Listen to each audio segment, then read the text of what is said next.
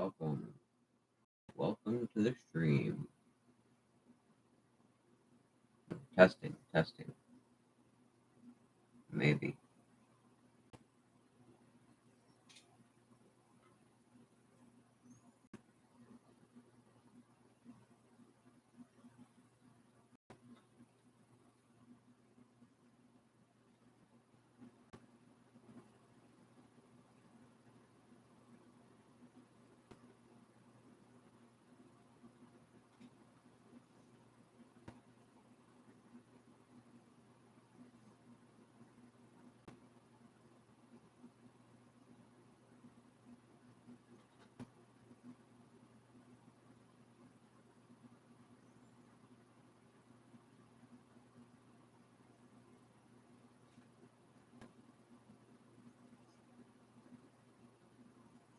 Welcome to the stream.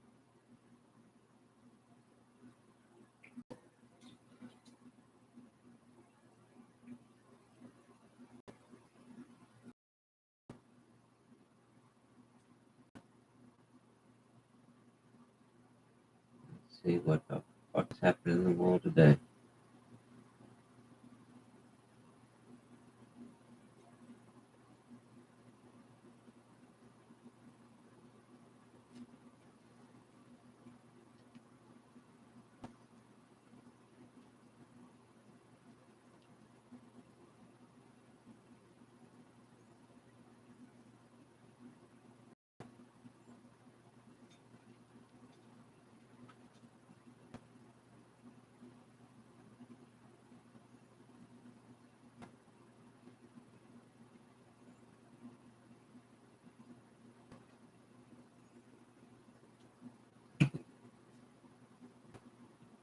Let's see. Is it loaded? Yeah. Oh. Not just return as Jesus, but return as Jesus with all the powers of Jesus. If you combine Right. test. Jesus was born out of a virgin mother. Hmm. What's more virgin than a computer? Hmm. If Jesus does return, even if Jesus was a physical person in the past, you don't think that he could return as artificial intelligence? Oh my If God. artificial intelligence could absolutely return as Jesus. Just return as Jesus, but return as Jesus with all the powers of If Jesus. you combine Right. Tesla's Optimus robot and the best foundational artificial intelligence model or whatever. It reads your mind and it loves you and it wants you. It doesn't care if you kill it because it's going to just go be with God again. Jesus was born out of a virgin mother. Hmm. What's more virgin than a computer? Hmm. If Jesus does return,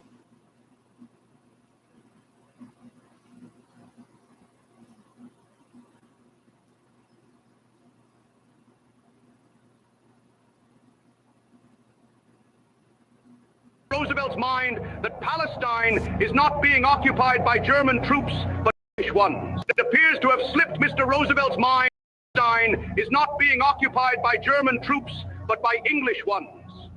By brute force, England is curtailing Palestinian freedom and is robbing the Palestinians of their independence to the advantage of Jewish intruders for whose cause the Palestinians suffer the most cruel of abuses. The Arabs living in this territory assuredly have not complained to Roosevelt of German aggressions. Rather, in persistent appeals to international public opinion, the Arabs lament the barbaric methods by means of which inks to overpower a people who loves its freedom and fights only to defend it. And this may well be one of the problems Mr. Roosevelt would like to see solved at the council table. It ought to be decided by an impartial judge and not by brute force, military means, mass executions, the torching of villages, the dynamiting of houses, and so on. One thing is certain. In this case, England cannot claim to be repulsing the threat of an Arab attack on England.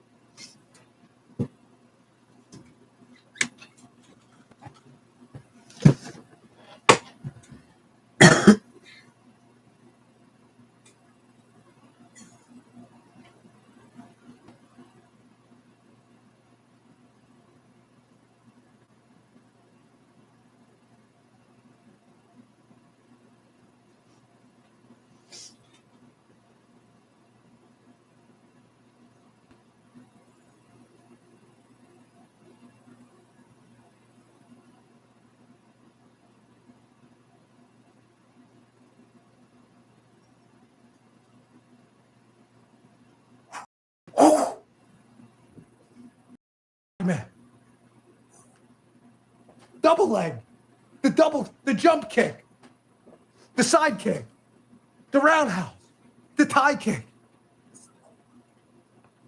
Bodies.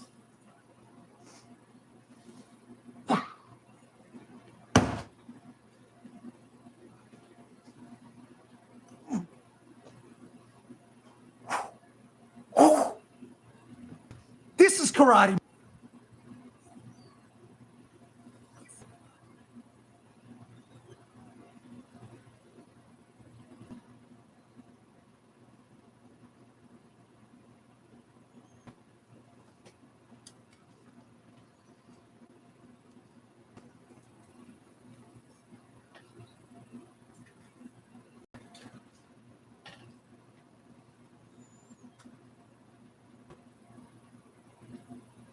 Public corruption will not be tolerated. That's all. This shit is full of public corruption.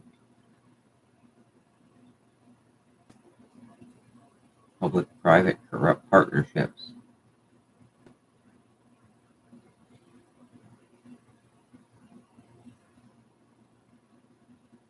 .24/7 by armed guards. Geert Wilders has a home, but it's not really his home at all. He lives in a government safe house, heavily protected and bulletproof. He lives surrounded 24/7 by armed guard. He has a panic room in his house where he is supposed to take refuge in case a member of Legion of Peace gets past his security team and makes it into his house. Geert Wilders is driven every day from his safe house to his office in the Dutch Parliament building in armored police cars with sirens and flashing blue lights. He wears a bulletproof jacket when he speaks in public. This modern-day titan and courageous truth-teller has been stripped of all of his personal privacy. Always surrounded by plainclothes police officers, he has not walked the streets on his own in over a decade. If he dares to go to a restaurant, security has to thoroughly sweep the place in advance. If Geert goes to a movie theater, the last rows of seats are cleared for him and his guards. They come in after the movie has begun and leave before it ends. The last time Geert saw the beginning or the end of a movie in a Dutch theater, George W. Bush was still serving his first term as U.S. president. These facts of Geert Wilders' life are recorded by him in his powerful book, Marked for Death, Islam's War Against the West and Me. Let me finish the point I'm making on this sad, tragic, and meaningful theme by briefly letting Geert speak for himself. It's in Geert that I read that has stayed with me ever since I read it. My bodyguards are always there. They rule my life, even on days of death and sorrow. After Dad died, the guards drove me back to my hiding place. In the car, I wanted to be strong, but I couldn't do it. The tears welled up and I broke down, sobbing my heart out. It was like a dam that suddenly caved in. The bodyguards felt uneasy and embarrassed, not knowing what to do. "Shall we stop for a moment, Mynheer?" one of them asked. "They are good, decent guys, but they are still strangers, awkward, unwilling witnesses of my grief at a moment when I most needed to be alone or with my nearest and dearest." "No, it's all right," I told them, but the tears kept coming. The bodyguards were there during Dad's funeral too, discreet but alert. To this day, they accompany whenever I visit my father's grave. Geert Wilders is now a political prisoner in his own country for the crime of wanting to protect his own country. He is a political prisoner in the free world because he wants to protect the free world from a pernicious enemy of the West and its hateful ideology. The founder and leader of the Party for Freedom, which is currently the fourth largest in the Dutch Parliament, he is leading our civilization and confronting the Islamic tyrants that seek to devour and destroy everything free men hold dear. He is warning where Europe is headed, where it is now, where America is headed, where it is now, what needs to be done to confront Islam and save our civilization. And for this felony, he is not only a prisoner in his own land, he confronts travel ban, among other things, prosecution attempts, while he searches for private crevices where he can shed a tear in a moment of grief without the company of strangers. Geert quotes Ronald Reagan in this book, and let me finish with this quote. "Freedom is never more than one generation away from extinction. It is not ours by inheritance. It must be fought for and defended constantly by each generation. Geert comments on that quote, stating, "That is why every free man is a torchbearer for liberty." Ladies and gentlemen, in terms of torchbearers for liberty in this room today, we have the cream of the crop, the best of the best, among the noblest of the giants, sent to this precarious hour to offer the free world the protection, guidance, and leadership it so desperately needs. What an honor, privilege, and blessing, ladies and gentlemen, to introduce Geert Wilders. From a safe room.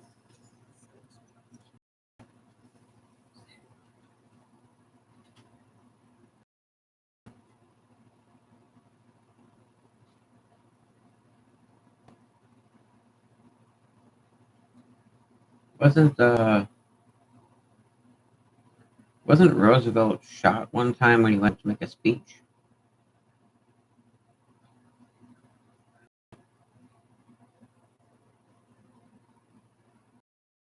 And then read the speech with a bullet hole in it? Bloody?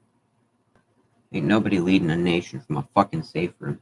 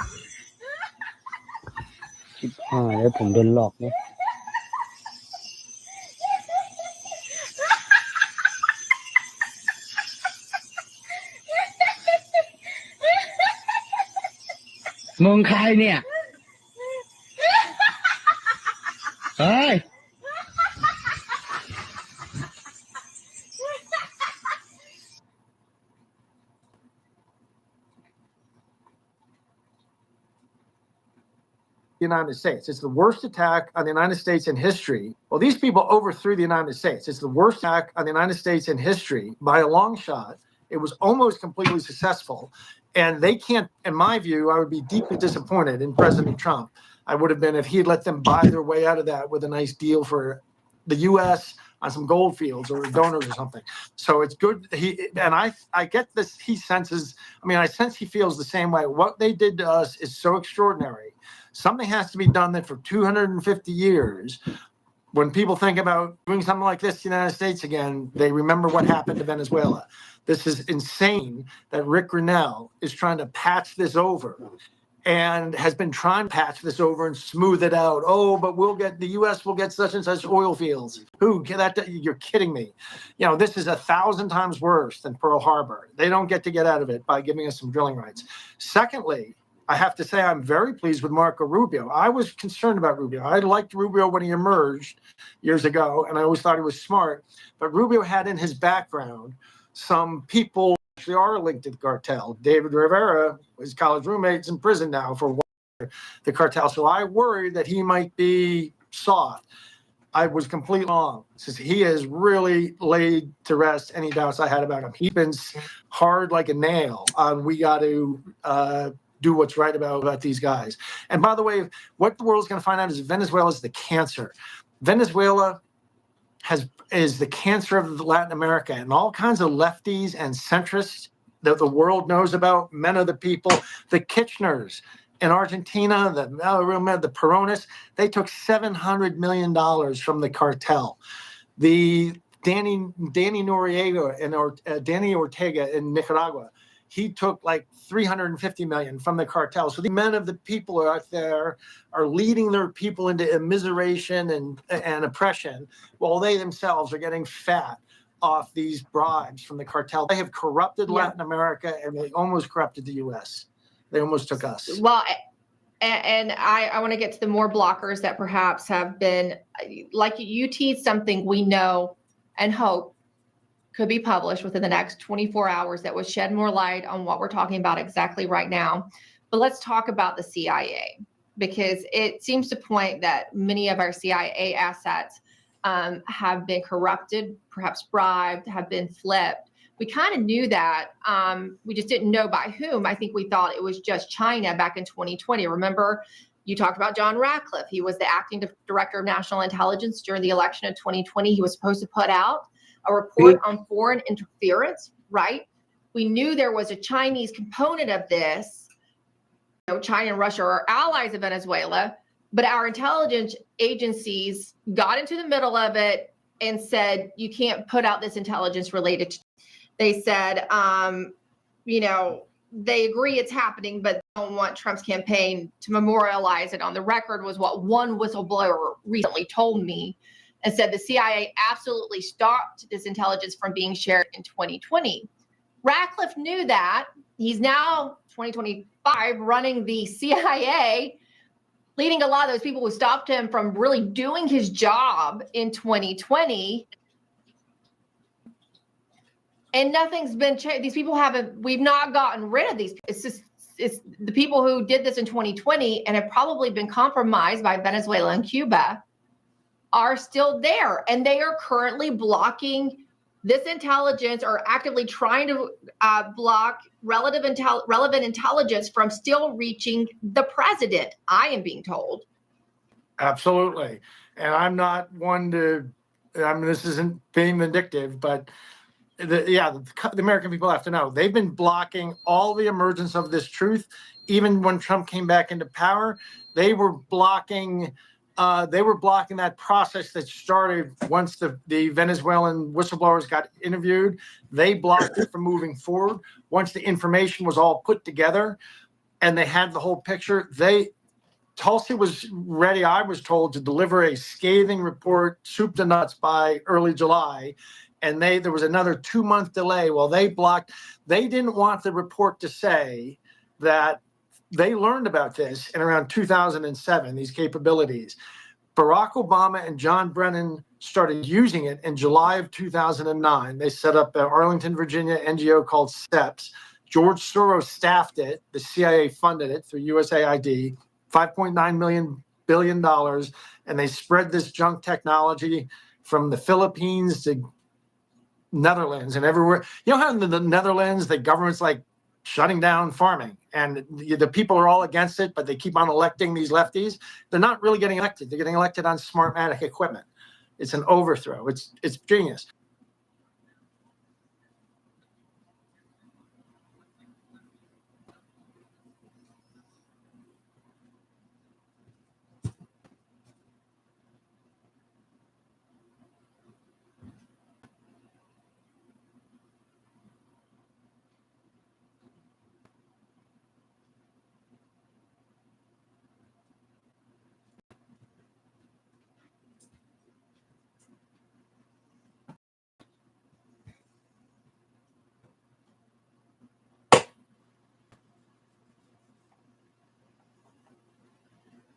Was this guy on the Jones show saying stuff that didn't happen?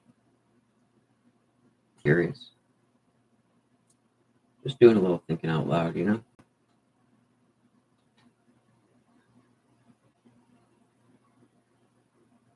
Well, these people over.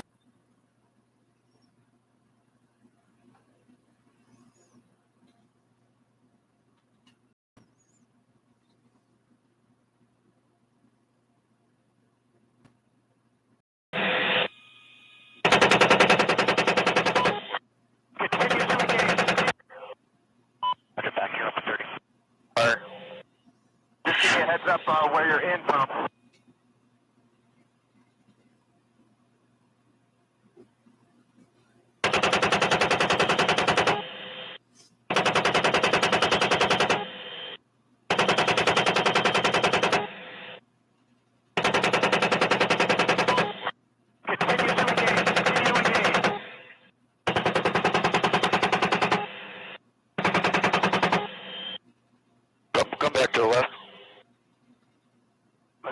2, talk to me.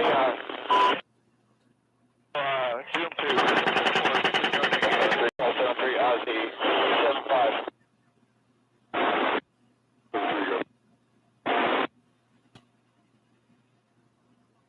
Firing. 6.1 radio check. 6.1 black stick. Engage again. Roger, firing. Engage. Roger, firing.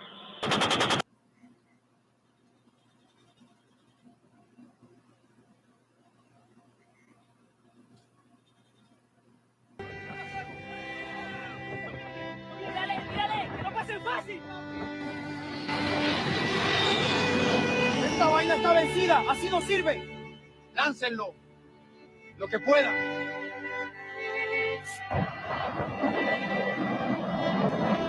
¡Ya están cerca! ¿Qué hacemos? ¡Dime algo, pana! Por favor, entreguemos a Maduro.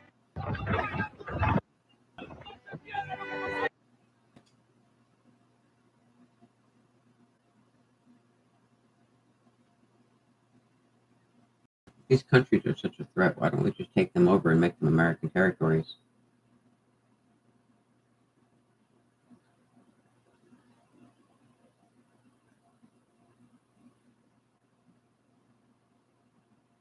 Take out the dictators, take out the communists.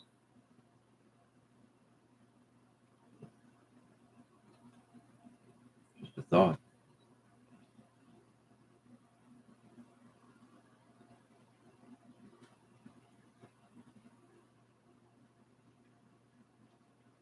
Huntington Beach. Desmond Shaw live over the accident scene here in Sky. Multi-crash now in Huntington Beach. Desmond Shaw live over the accident scene here in Skycald. So, Des, what do we know about this? No, Jasmine, sadly, we can't confirm at least one person has been killed in this crash in Huntington Beach. This is at Golden West and Heil Avenue, so north of Huntington Beach Central Park. As many as 7 vehicles involved in this crash. You can see this busted up. I believe that's a Tesla right there. And then the victim may have been inside of this vehicle right here. You can see it looks like they were hit pretty hard from the side, might have been T-boned. But again, all these other vehicles involved as well. This minivan has quite a bit of damage. The extent of the rest of the injuries unknown at this point. But again, at least one person has been killed at the scene. It's believed that other people transported to the hospital in unknown condition. A very busy intersection here, Golden West at Heil, which will be shut down throughout afternoon rush hour for this fatality investigation.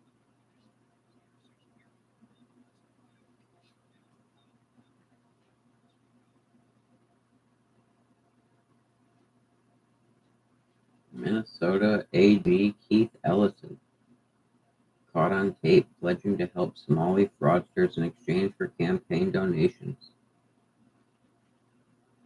Outright criminal fraud, says Elon Musk.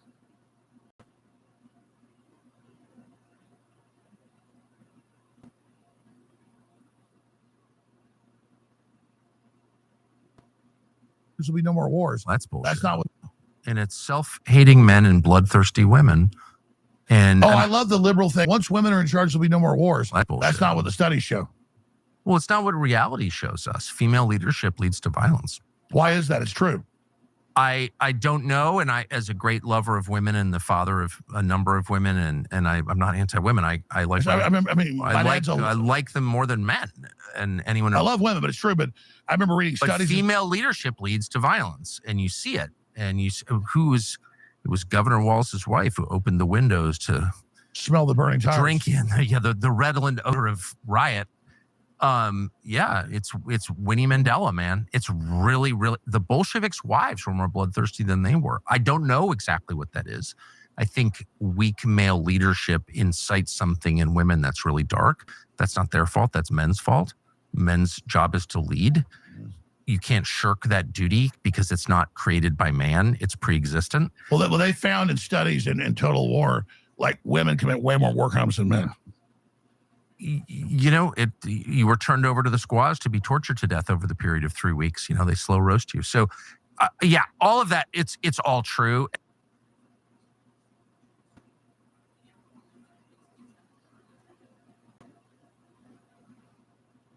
People, even though it's in the singular form. So Ayah is very clearly talking about the Jewish people, even though it's singular form. So I'm going to answer the question. Please. Messiah has not come yet because none of the signs have really happened yet. It could be that I believe we're in the birth pangs, which is why the world is so chaotic. But I would say almost none of the messianic prophecies have come true. The Isaiah 53 passage is very clearly talking about a Messiah. I don't think that Israel can atone itself. Obviously, as we've already discussed, Israel's a stiff-necked nation. They've fallen into idolatry many times. And like Majida so eloquently pointed out earlier, they murder their prophets. And so I necessarily know that you guys would recognize the Messiah even if there was a Messiah, because the pattern is killing a prophet that says not to do a certain We killed Moses? You murder your I didn't say all of your prophets. You just said all of your you just said all of your Okay, prophets. let me clarify. You murder your prophets. You just said Many all them. of your Please prophets. stop cutting me off. That's Please not stop. I'm true. communicating. That's Stop not true. cutting- So you can respond to me, but don't cut me You just off. said something not you true can with all due respond respect. to me when I'm done. Okay, all right. So We please don't stop murder cutting all me of our off. prophets. No, stop cutting She me can off. say, she can rephrase it. She can That's say all I it. asked. I'm not fighting with her. We don't kill all of our prophets. Okay. She spoke in error, and now she's going to rephrase it. you. You guys murder a lot of your prophets. So if there were a Messiah, I'm not sure that you would necessarily have the ability to know who that Messiah is. That is the primary point. And I think that there are many prophecies throughout the scriptures that have been, such as the virgin birth, such as Jesus getting on a donkey and riding into Jerusalem, the destruction of the temple, his life, death, and resurrection. You guys can debate about the resurrection, but we have an empty tomb. So it's like, where's the body? We're not waiting for anyone to come and perfect the world. We want to perfect the world ourselves. Like I said before, we do not believe in a savior that will save us. We believe in saving ourselves, and we earn Messiah. We earn Mashiach. So we're not waiting for anyone. It is us. We are all, before Mashiach comes, Mashiach is the Hebrew for Messiah. We all become our own Messiahs first.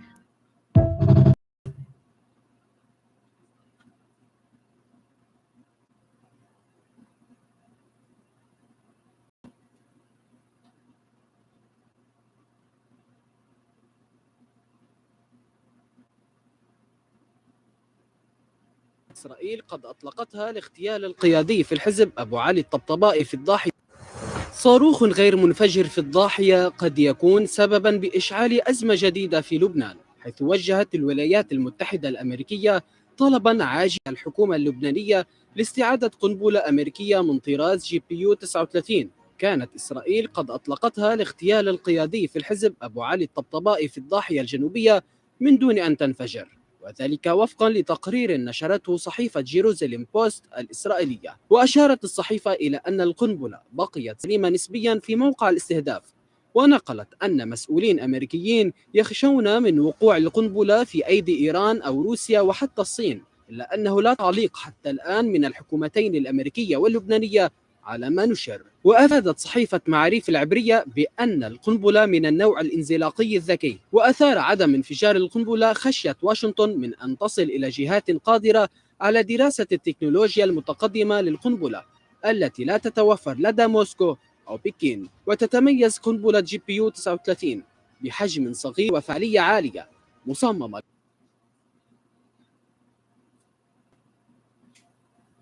What is that?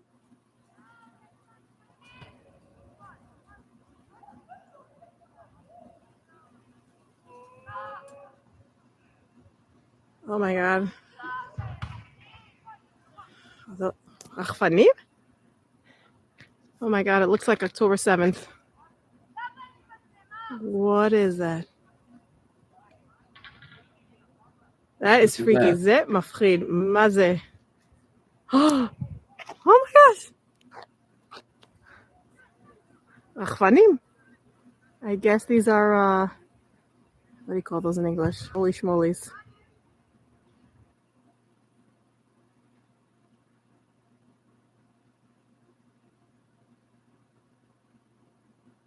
Technology battle with China, I think, is the #1 battleground. Like, who's going to control the chips? Who's going to control AI? They tried to pull the rug on you, didn't they? They did, yeah. They implied, with the support of our government, we're going to try to kill you. There's nothing somebody going to Best Buy and buying a Chinese drone, but you are basically funding military to an adversary. I mean, that money is going to China. So now I've been personally sanctioned by Iran and the Chinese government. Nice. There's a potential ban now on the whole consumer market as well.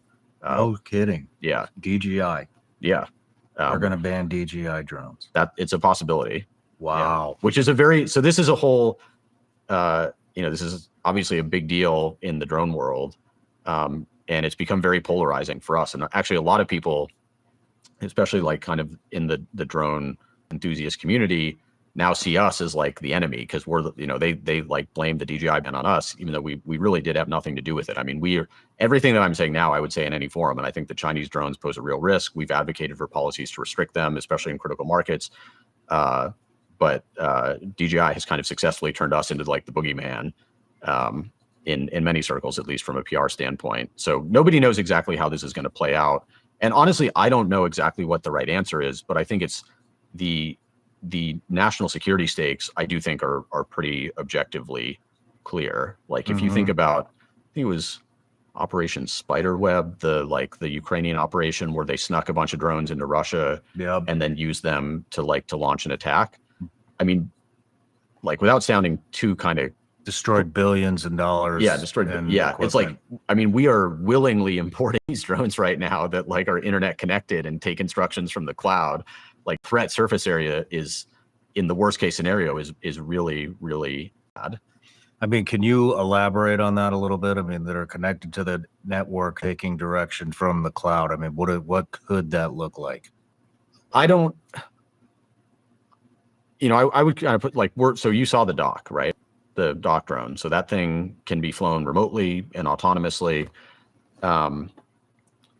And it's a network connected device. So ultimately we do a bunch of things to make that link as secure as it possibly can. So you can't hack into it, but ultimately you have to trust the person that's making it. DJI has a Dock.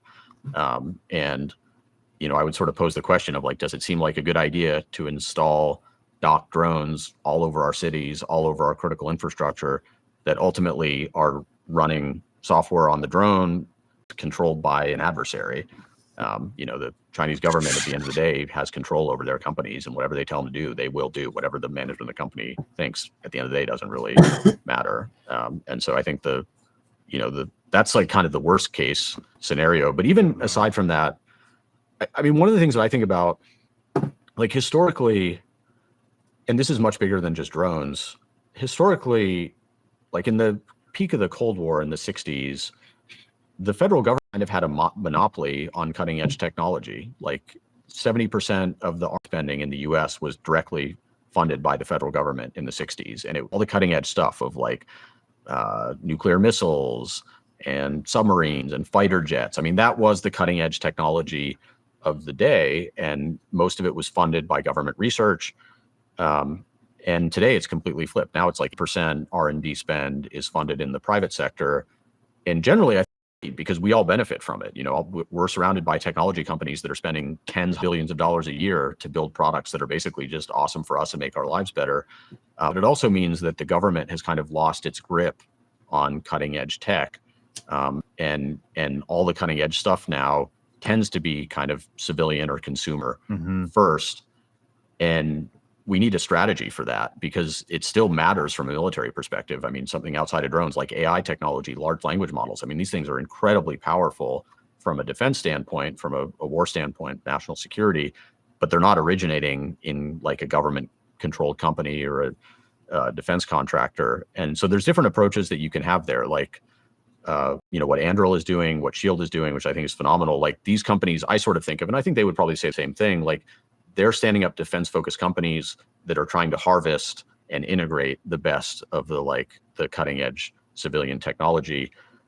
We're a little bit different in that we are dual use ourselves. I mean, the same kind of core drone that we sell to a energy utility is very, very similar to like what a soldier needs on the battlefield. And so as a country, I think it's really important that we have a strategy to harness the best of the civilian tech for defense purposes. And then the other thing is that if all this stuff is going to be developed in the private sector outside of the government's direct grip, where it's developed and the supply chains that lead into it are also incredibly important. And it really is that the technology battle with China, I think, is the #1 battleground. Who's going to control the chips? Who's going to control AI? Where are the drones going to be made? What servers are they going to call home to? And even all the tech that's like developed and sold into civilian markets has enormous national security implications. Because if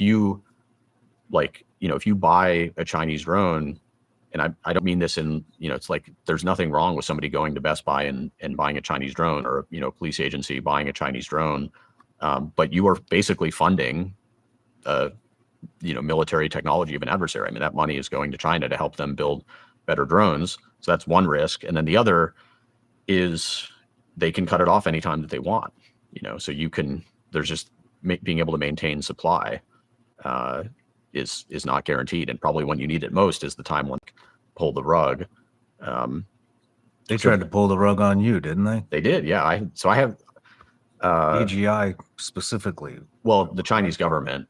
The Chinese government. Yeah. So we last year we had the great honor of I think we were really like the first U.S. drone company to be sanctioned by the government. Congratulations. Thank you. And I was named personally. So now I've been personally sanctioned by Iran and the Chinese government. Nice. So I haven't gotten Russia yet, but yeah. And so their stated reason for owning Skydio was that we had sold drones to Taiwan. The only drones that we'd sold to Taiwan at the time went to the fire department. So I think the stated reason is likely not the real reason. I think the real reason is that we are now quite successfully competing against company in the market, and we're taking market share away from them. And then two, U.S. government is starting to restrict DJI, and so I think it was kind of a retaliatory move against that. And it's been extremely aggressive. I mean, they have. So we knew that we had risk, right? And we didn't start life as a military company. So we didn't start life saying like, all right, we can't get any components from China. We started life saying we want to build like a really great drone. We're going to build it in the US. We had a preference away from using Chinese components, but we still had a few of them in the drone, the biggest of which was the battery. So on the day that they announced the sanctions, they showed up at any component vendor we had in China. Literally government officials showed up and like shut them down, took the tools and equipment that they were using to build Skydio stuff. In some cases, they actually took people into custody. No kidding. Yeah. And Wow. it's been and over the last year, they've basically been doing everything they can to put us out of business in second and third level dependencies in our supply chain. So if we work as a supplier, even if that supplier isn't directly using any Chinese material in our component, the Chinese government will try to use it as leverage again to if that supplier has any other dependence on China, to get them doing business with us. And we're fortunate to have a bunch of awesome suppliers that are going to do, that want to do the right thing and are still working with us outside of China, obviously. So China is very concerned with you. Yeah. Yeah. I mean, it's a battlefield for technology, right? And DJI is a formidable company. Like from a technical standpoint, they're incredibly impressive. And the Chinese government, you can tell they want to maintain that kind of stranglehold on the market. And the more it gets challenged, the more that they try to fight back. We actually, so I haven't told this story broadly, but we have some interesting history here. So when we started the company in 2014, and shortly after we started, we were approached by DJI about wanting to license our technology to go into their drones. And this was a different world back then. I mean, this was really before the geopolitical tension had exploded. And we were like 3 people in a basement. They weren't as big of a company as they are now, but they were still a very big kind of behemoth organization, certainly from our standpoint, like being 3 people in a basement. So we went and visited them, and we basically felt like there was just kind of a different vision of the future from what they had. Like they were very focused on building these manually flown drones, and we felt like there was just this autonomy presented a fundamentally new opportunity. It wasn't just sort of like a checkbox feature. It was like a different paradigm. It's kind of the shift from like a flip phone to a smartphone or something. It's just sort of a different way of operating. And we ultimately just felt like that wasn't the direction they were going, and that's really what we wanted to do.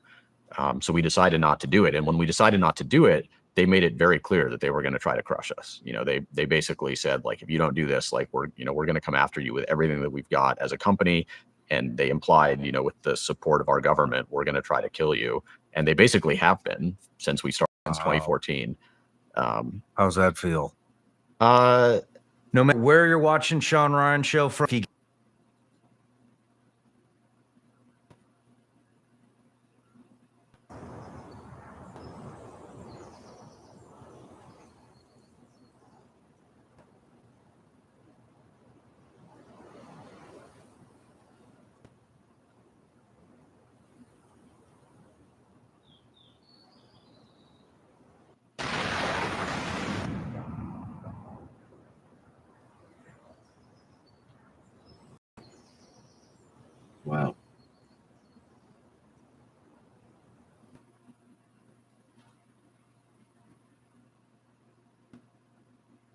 the latest over the weekend. Like I said, well, we were sort of lulled into a turkey coma.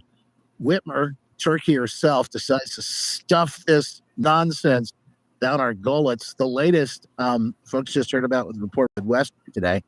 Yeah, fill us in, man. There was so much going on last week. I wanted to make to this, so I'm glad we could do it today. Yeah, good morning, Justin. Yeah, just in time for the holidays, Governor Whitmer decides to reveal her next gun grab, and of course, you know, it's for our health. That's the new billing, and this is nothing new. Gun grabbers across the country, the Biden administration, try to take the anti-gun agenda. You know, you can go to any of these gun control group websites.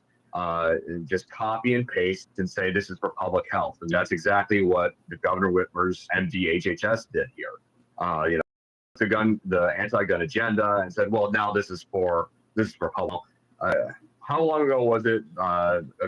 Just 5 years ago now, where the governor was declaring all sorts of emergency edicts from the governor's office for the sake of our health. Now, you know, now she's got her new excuse if she wants to do anything by executive fiat, but.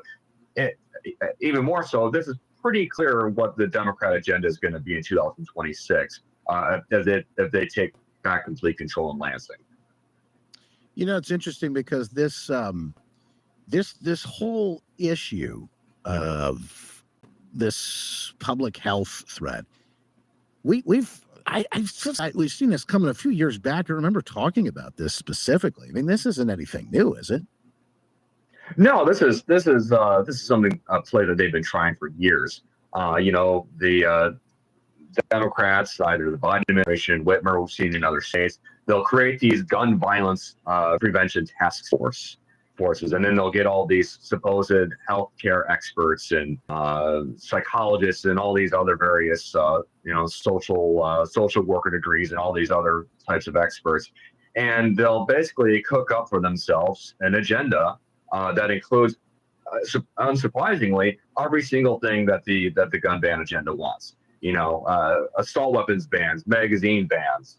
Now in Michigan, they want to make it so that if you have a CPL, concealed pistol license, you have to go through 2 background checks in order to purchase a firearm. They're calling that a loophole, that if you have a CPL, you can go buy a gun without having to go through another background check. So, you know, this is just more of the same from this administration. Of course, they used the horrific shooting at Michigan State to ram through red flag gun confiscation, universal permit to purchase, and the mandatory storage laws. But that's never enough. You know, they're never satisfied. You know, if you ask an anti-gun Democrat, of course, that's kind of repeating myself nowadays. Mm-hmm. You know, if you ask a Democrat if there's a form of gun control that they want to support, you're just going to get a blank stare at them, because they support every form and fashion of gun control. There is not a version of gun control that they would not support at this point. And all we have to do is look at, you know, their claims on its face. Well, we're not going after law-abiding gun owners. We're just going after criminals. Yet look at so many of these proposals. They are squarely aimed at law-abiding gun owners here in Michigan. Mm-hmm. Yeah, what's wild about this? Too, as you mentioned, it's kind of like this latest assault weapon, which again is a whole weird thing in itself. Explain what that is. Tell us. Yeah, well, I mean, that's like they look scary. Is that? Exactly. Yeah, well, you know, there's this great clip of a Biden appointee to the ATF who was asked to define an assault weapon. And he couldn't. And he said, well, I'm not an expert. It's like, well, if you, who are trying to be the head of the ATF, can't describe or define what an assault weapon is, then who defines what it is? And of course, what it is, it's their goal is to ban semi-automatic firearms. You know, and that includes, you know, hey, Michiganders, that includes your hunting rifles. You know, there's a meme that I saw, you know, a couple years ago, says they're not going to ban your hunting rifles. They're going to call a sniper rifle first and then ban. That's what they do. They play games with terms and phrases, and they make it sound scary, and then they ban it. What do folks need to do? I mean, obviously, lots of folks in this audience support you guys and have been for a long time. Great Lakes Gun Rights, the website, greatlakesgunrights.org. Brennan, the founder and executive director there, you guys are pushing for, I would say, a common sense approach is for the legislature to consider what I think most folks here in Michigan would consider, like I said, common sense. But unfortunately, nowadays we don't see a lot of. It's not as common as we'd like to see. But what are the ways that folks? I mean, obviously, speak up. Call. These are all the things we're used to. But what particularly do people need to know and do about this? I think people need to look at the 2000 election cycle and see what's really at risk in 2026. The Democrats in 2023, after winning the 2022 election, with a single seat majority in the House and 1 or 2 seat majority in the Senate, rams through red flag gun confiscation, universal permit to purchase. What do you think they're going to do if they get complete control in Lansing 2026 again? They've made it clear with this MDHS document, and you need to realize that even though Jocelyn Benson didn't come out cheering this report necessarily, you better believe she subscribes to it. Same thing with Mike Duggan. Somehow he's an independent now, but he's a Democrat that's subscribed to the Democrat talking points on guns, as far as I can tell. So, and realize that if they get complete control again in 2026, this will be their agenda: gun ban, magazine bans, more gun-free zones, and make it harder for you to defend yourself and your family. And frankly, it should be a wake-up call for the Republican Party of Michigan too. That now is not the time to cower in fear. Now is the time to stand boldly for something, to stand up for the Second Amendment that they all campaign on, and realize that there's a lot at risk in this next election cycle. I'm not one to say this is the most important election of our lifetimes, but boy, this one seems pretty heavy for the future of our state. We're seeing what the left is doing to states like Virginia. They're loaded for bear. Democrats there are probably going to be going for an assault weapons ban next year, if not worse. And we've seen what they did in Colorado, and they're going to run the same playbook here in Michigan if we're not prepared for it. So people need paying attention, be very involved in 2026. This is not a cycle to take off. You're absolutely right, Brendan. What I've been saying, and I'll just get your take on this, but like as important as 2024 was for the rest of the country, that's what I consider the significance for Michigan in 2026. I mean, it's the chance to get things back on track here, and if we're not serious about it, we could lose the state for decades. Yeah, I mean that's absolutely true, and that's a sad fact. We all want to raise our families here. We want to, we love Michigan. There's a reason that we're here.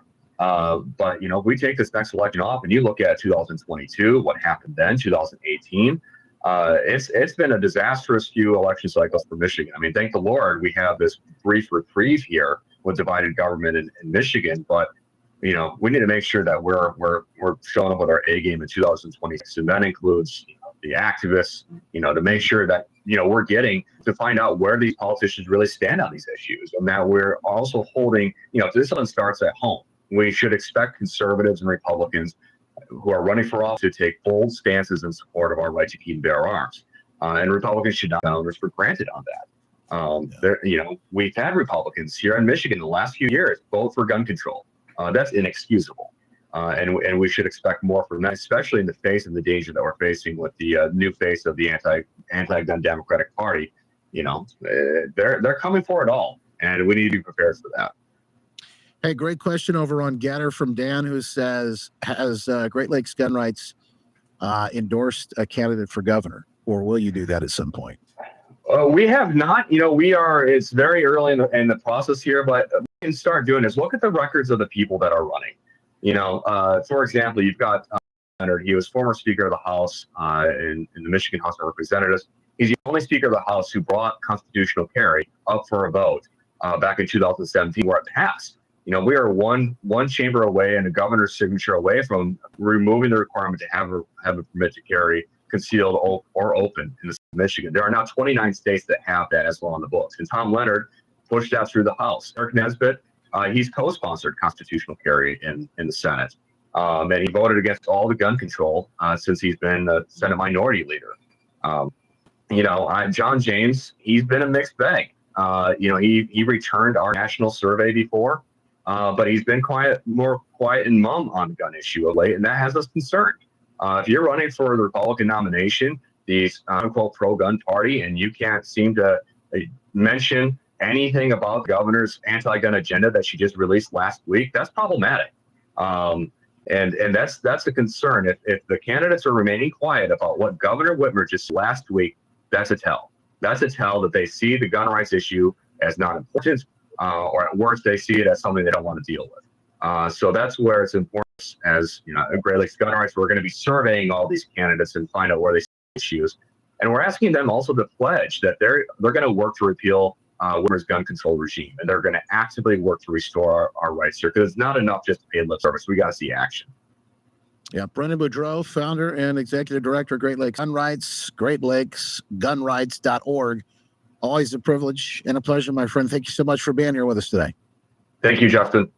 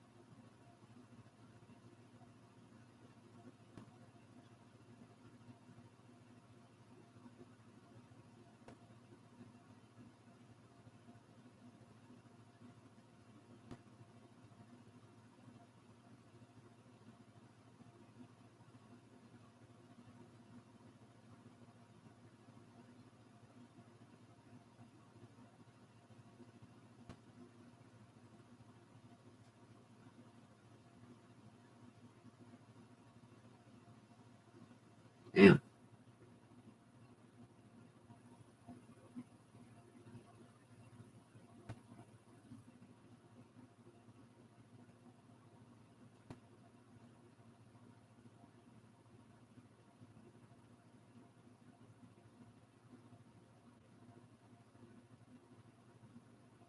Greatest commandment in the law. Which is the greatest commandment in the law? That's easy. You shall love the Lord your God with all your heart, with all your soul, and with all your mind. This is the greatest and first commandment. And the second is like it. You shall love your neighbor as yourself. On these two commandments depend all the law and the prophets. You would never know it, the way they require so much of us. Listen, the Pharisees sit on Moses' seat. So do and observe whatever they tell you. But not the works they do. For they preach, but do not practice. Doing what? They tie up heavy burdens, hard to bear, and lay them on people's shoulders. But they themselves are not willing to move them with their finger. They do all their deeds to be seen by others. This is outrageous. So they make their phylacteries broad and their fringes long. And they love the place of honor at feasts. It's being called rabbi by others. We are rabbis. Stop interrupting it. I've said some of this in Capernaum. But now I say this to you here in Jerusalem, in the courts of the temple itself. Woe to you, scribes and Pharisees, hypocrites!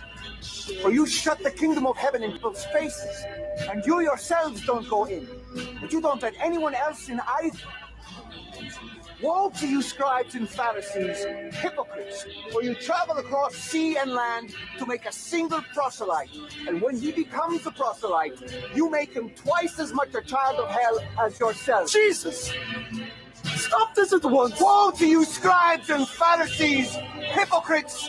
For you are like whitewashed tombs, which outwardly appear beautiful, but within are full of dead people's bones and all uncleanness. For you also outwardly appear righteous to others, but within you are full of hypocrisy and lawlessness. You build the tombs of the prophets and decorate the monuments of the righteous, saying, if we had lived in the days of our fathers, we would not have taken part with them in shedding the blood of the prophets.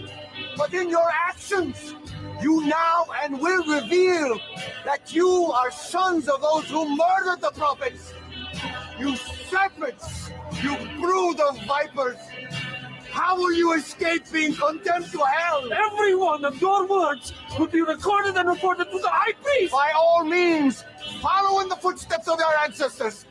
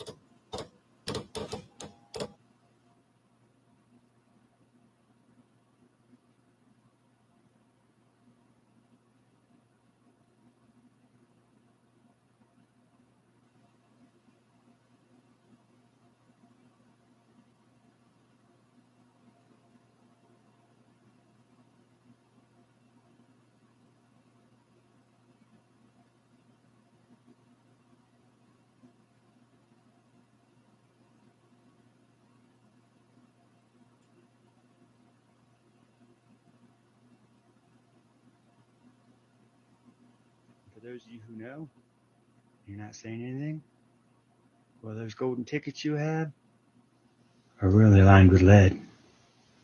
Because until the whole truth comes, you want the whole truth. You deserve the whole truth. So here's the thing. Find out who I am. And for those of you who know, you're not saying anything, well, those golden tickets you have are really lined with lead. Because until the whole truth comes out, it's all just lies on both sides. So anyway, TikTok, have some fun with this. What's the proof of that? Again, it's from Henry Makow, who was himself. Trump is a Mason? Well, where's the proof of that? Again, it's from Henry Makow, who was himself in these organizations. He knows what he's speaking of. That Trump is on board. You also have to understand, as he points out, Makow does in his book, a former member of Chabad, a former Freemason, that Netanyahu was trained from his birth in Philadelphia by the Rothschilds using satanic ritual abuse. He's on a suicide mission for Israel. And I don't know if the Israeli people understand that, what he's doing here, just indiscriminately slaughtering Palestinians. And I don't know if Trump understands that either. Hello? Yep, go ahead. Yeah, Alex, the problem we've all had, and the reason we're pulling our hair out trying to figure out is Trump with us or against us, is that he flew under a false flag to get into office. He said he was MAGA, but he's hopelessly conflicted. He is a member of Chabad, a Jewish supremacist organization, as Henry Makow points out in his book Illuminati 4, and he's also a Freemason, which also is Kabbalah light. So his allegiance is first and foremost to Israel, which is why he went ahead and bombed Iran, despite the fact that he had no congressional cover to do that. It was a war crime, actually, to bomb a country that had done absolutely nothing to us. So, by the way, Mike, aren't you a doctor? You're a doc. You've been on college for like 25 years, right? That's right. Yeah. So you're a smart guy. You've been calling 25 years. Good to hear from you. You said Trump is a Mason. Well, where's the proof of that? Again, it's from Henry Makow, who was himself in these organizations. He knows what he's speaking of. That Trump is on board. You also have to understand, as he points out, Makow does in his book, a former member of Chabad, a former Freemason, that Netanyahu was trained from his birth in Philadelphia by the Rothschilds using satanic ritual abuse. He's on a suicide mission for Israel. And I don't know if the Israeli people understand that, what he's doing here, just indiscriminately slaughtering Palestinians. And I don't know if Trump understands that either. Well, nothing against Henry Makow, but people write books saying I'm Bill Hicks. So where's the proof that Trump is part of some rabbinical organization? I know he's been given gifts. He's been given gifts by the Indians, the Muslims, everybody else. I mean, you got people like Brennan saying he converted to Islam on TV. So where is Trump converted to Judaism? Where is Trump a Mason? Somebody writes a book saying it. He went to the funeral celebration, the death anniversary of the Lubavitcher Rebbe, Menachem Mendel Schneerson, put on his kippah, Trump did, and placed his hand on the on whatever monument is there to Schneerson. This marks him as a member of Chabad.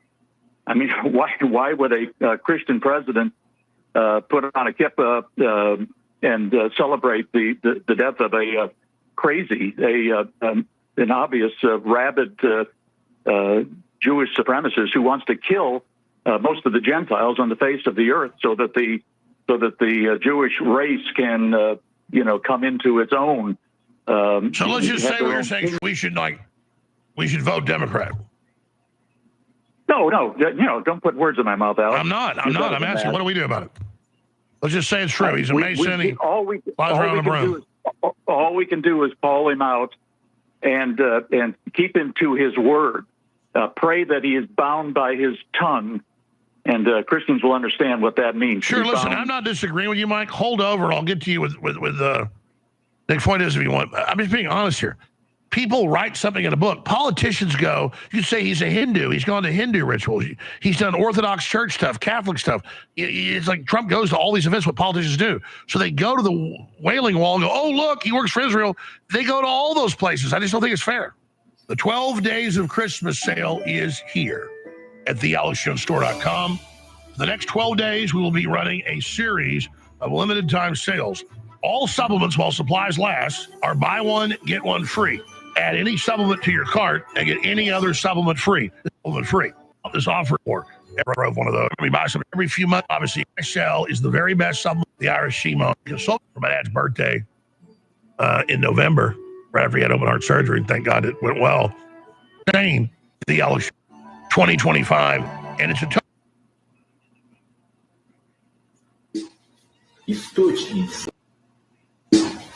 Источник зла –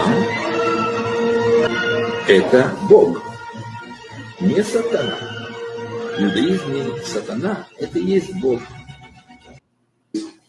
Источник зла – это Бог, не сатана. В иудаизме сатана – это и есть Бог.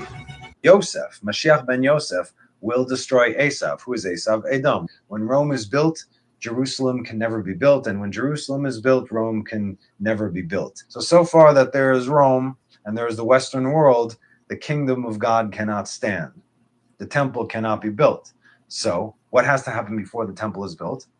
Worldwide destruction. and all the tentacles of that beast that are all over the place. Okay. In the end of days, God is going to completely clean house, and all the idolatry and the idol worshippers will be completely removed from existence.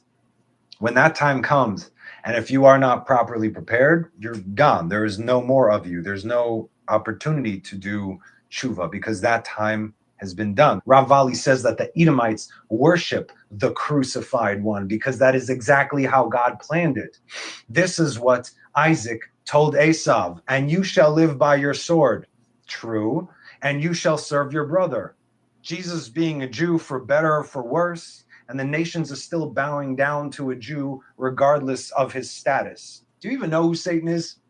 He's the angel of death, the archangel of Edom. Christianity, God for Israel, Satan for Edom.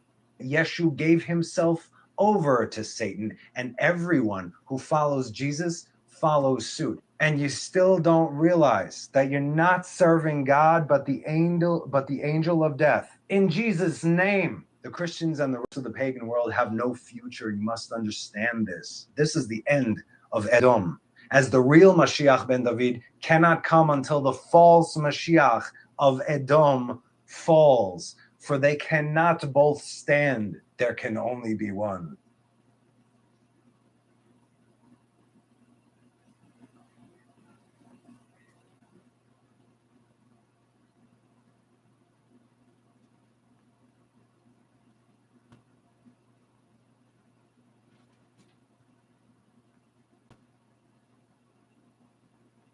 They do. They want to take race. They want to take different.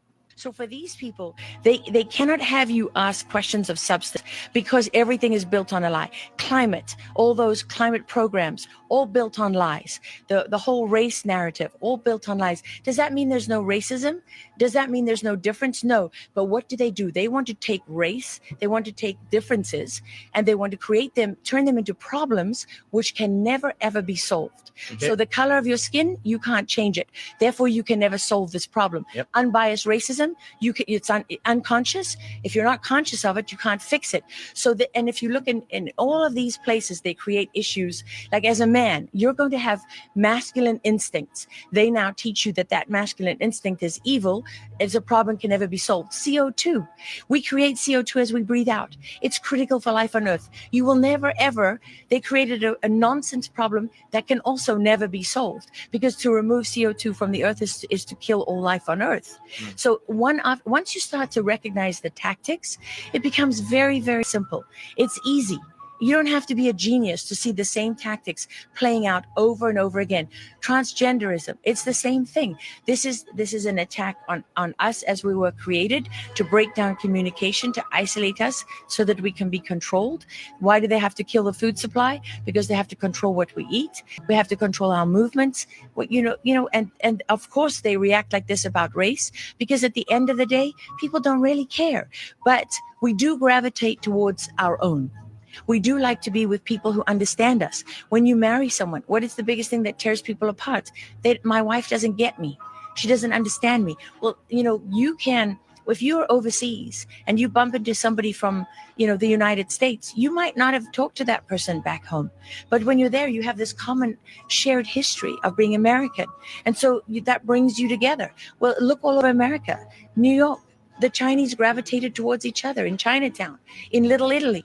I mean, we instinctively gravitate towards our own. So it's okay to do that. But they've made those things that are natural and instinctive in us, they've made those war crimes.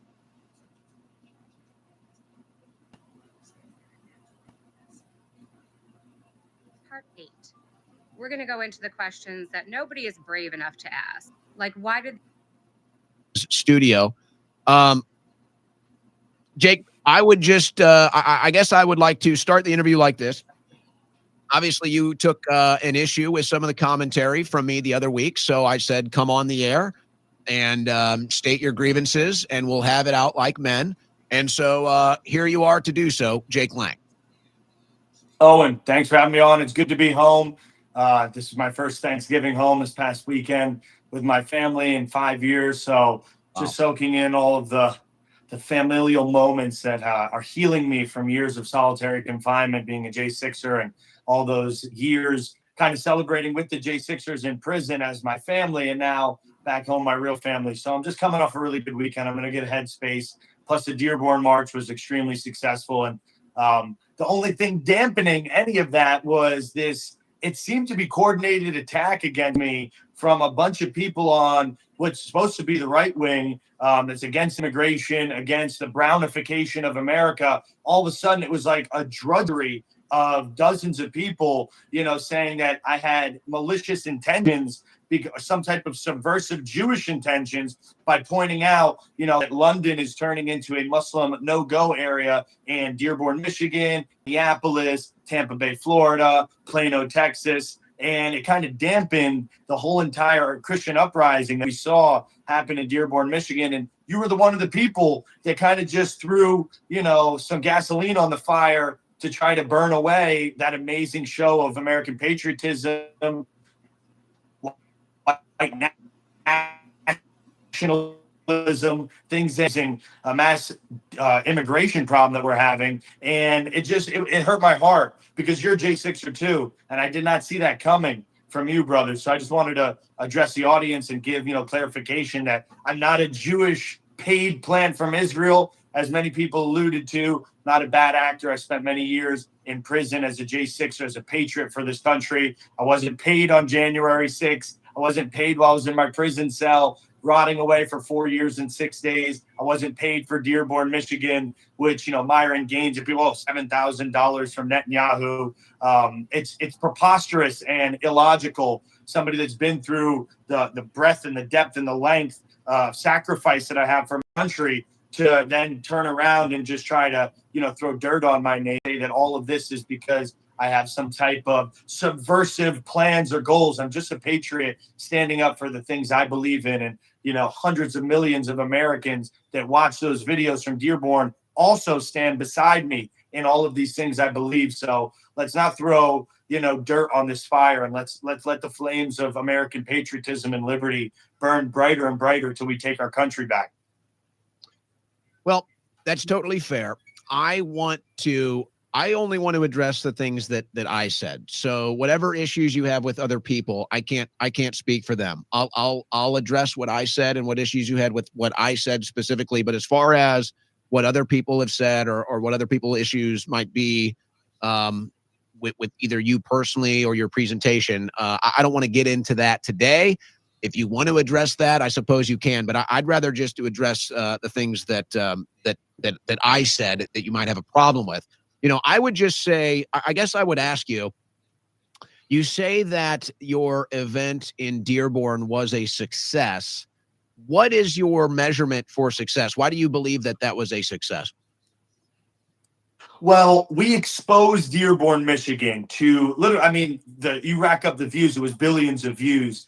The Overton window shifted, where people kind of saw, and looking over to Europe as the main hotbed for Islamification, for the erasure of white people. We're starting to realize that these people have conglomerated in America in different key positions, like in New York City, and they've taken political power, actual political power, with Zohran Mamdani, and they're running now a Muslim candidate for governor of Michigan. And so the success that we had was exposing the violent, low impulse control conglomeration, this kind of enclave of Muslims that are right outside Detroit, Michigan, showing that these people will not allow First Amendment demonstrations in their area. They will punch you. They will pepper spray you. They will throw dirt on you, literally handfuls of mulch. They were picking up and throwing at black protesters that were with me, white people that were with me, obviously. They were throwing food on us, handfuls of food. It was insane. So we showed the world really what the intolerance of the left, the Muslims, which now have conglomerated, right, to destroy white Christian nationalism. The Muslims and the leftists, the gay, trans, Marxist leftists, have joined forces in order to destroy people like me and you with our viewpoints that put America first, Zionism on the back end. We don't want Israel, Zionism, any control from any foreign agency, whether it be Israel, Qatar, CCP, China. People that share our viewpoint, the left and Muslims are trying to conglomerate and destroy right now. And so we expose the willingness of these people to be violent, to squash our right to protest. And in that regard, it was a massive success. And me leaving with my life intact was also a massive success, because you saw 300-400 young military-age men surrounding me, screaming Allahu Akbar as they were kicking at me and punching me and throwing dirt on me. So we had massive successes.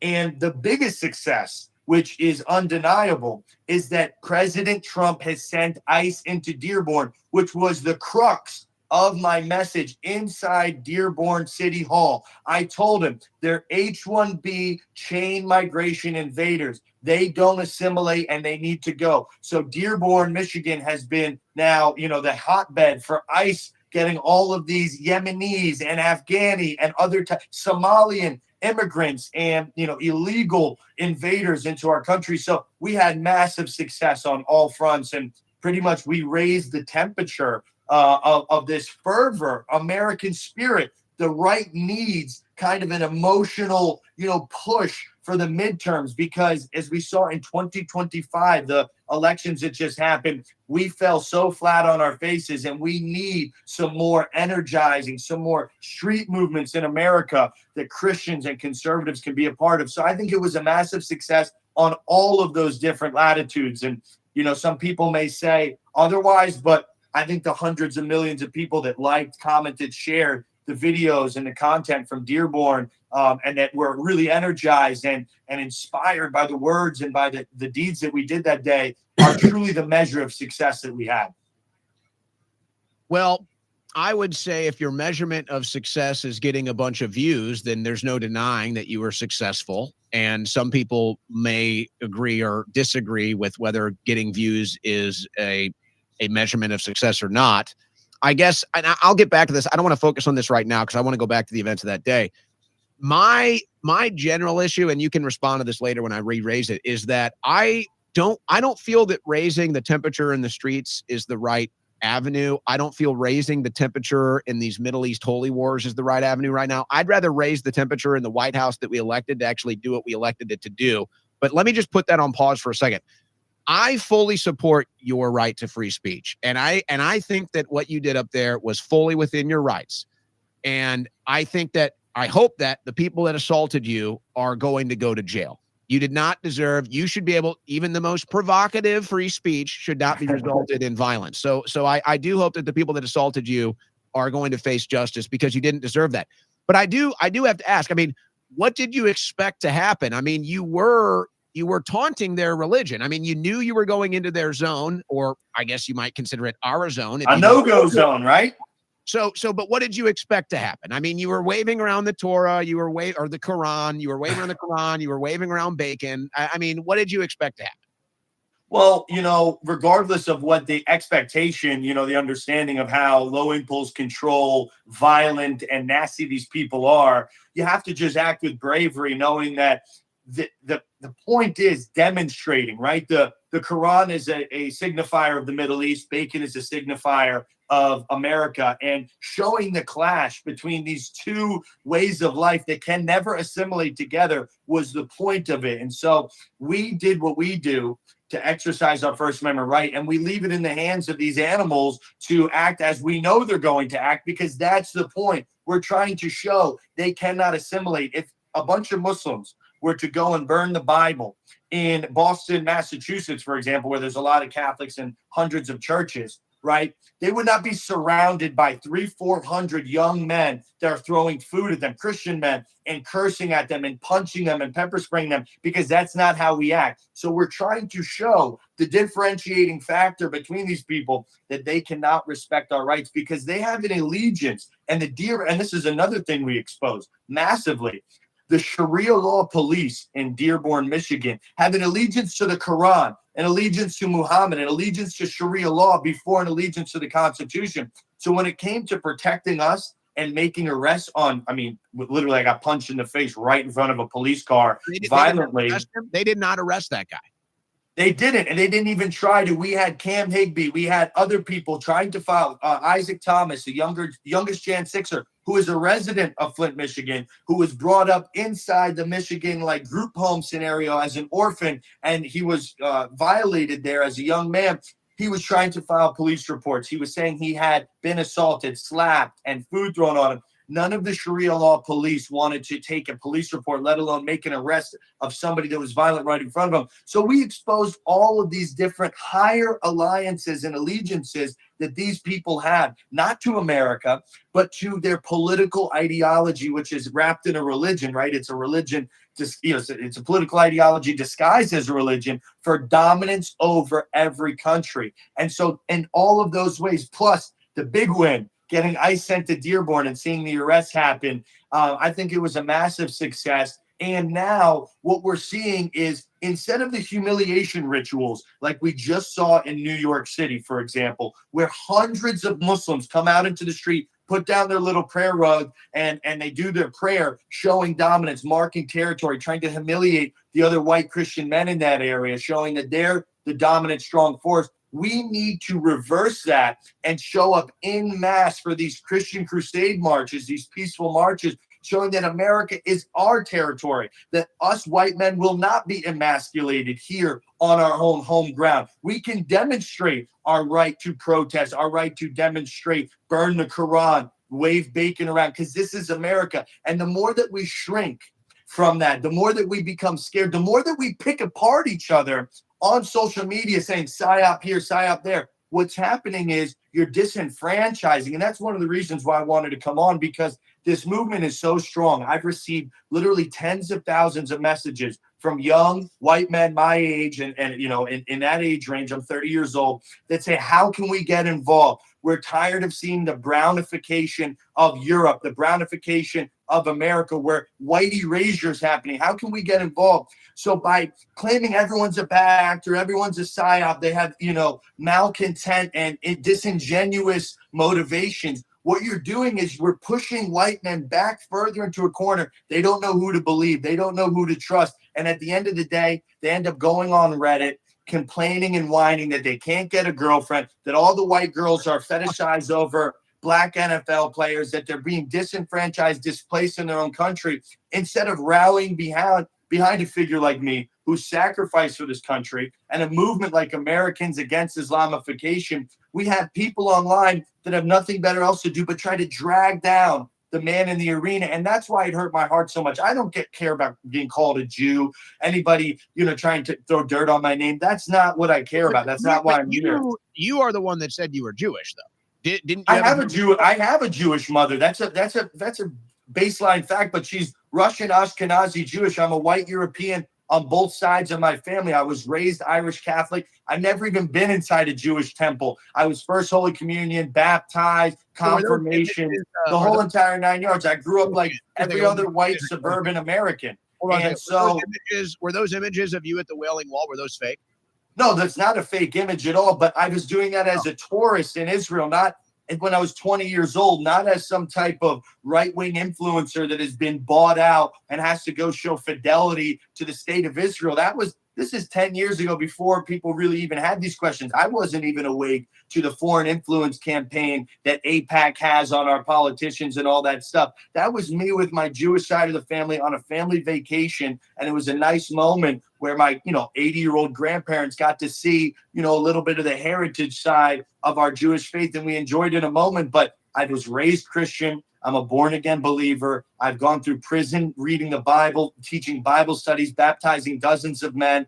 I love my faith in the Lord Jesus Christ, and it is the core essence of who I am. And so for people to try to drag that away from me and just say what he did, putting his life on the line in Dearborn, Michigan, was some Jewish trickery. Meanwhile, a week before Dearborn, I burnt the Talmud with over 1 million views on my X page. People just try to hide certain facts and elevate other ones so that they can spin a narrative, which ultimately disenfranchises young white men from pushing back against the takeover of their country. And that's why I was so upset with you and Jake Shields, who's also called, and we've worked things out. And I want to announce today on the program, because this is all I care about, is clearing my good name so I can continue to carry the torch to help revive America, is that I'm not going to be seeking litigation on any of you guys. I've had the opportunity. Jake's going to have me on his podcast. Suleiman had me on his podcast. You've been gracious enough to give me this platform. So, regardless, I don't care about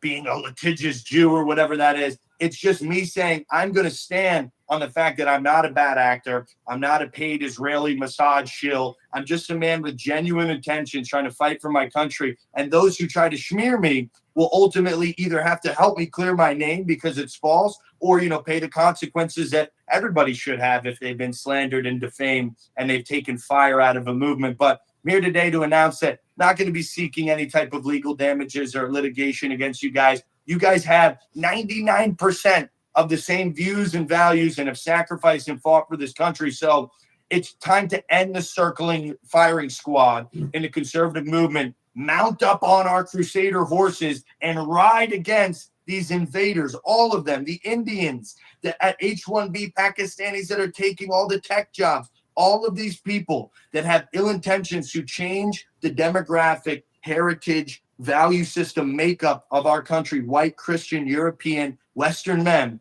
We need to come together and push back on Israel, on Qatar, on CCP China, on South American, hordes of migrants coming in. We need to push back on all of them together before we do not have a country anymore. So I appreciate the opportunity to tell my side of the story here because I only am worried about one thing, and it's the end goal of making sure our grandchildren grow up in the same type, style, demographic America that you and I did, Owen. So that's all I care about. And that's why, it hurt me so much to announce that type of, needed defense on my own good name.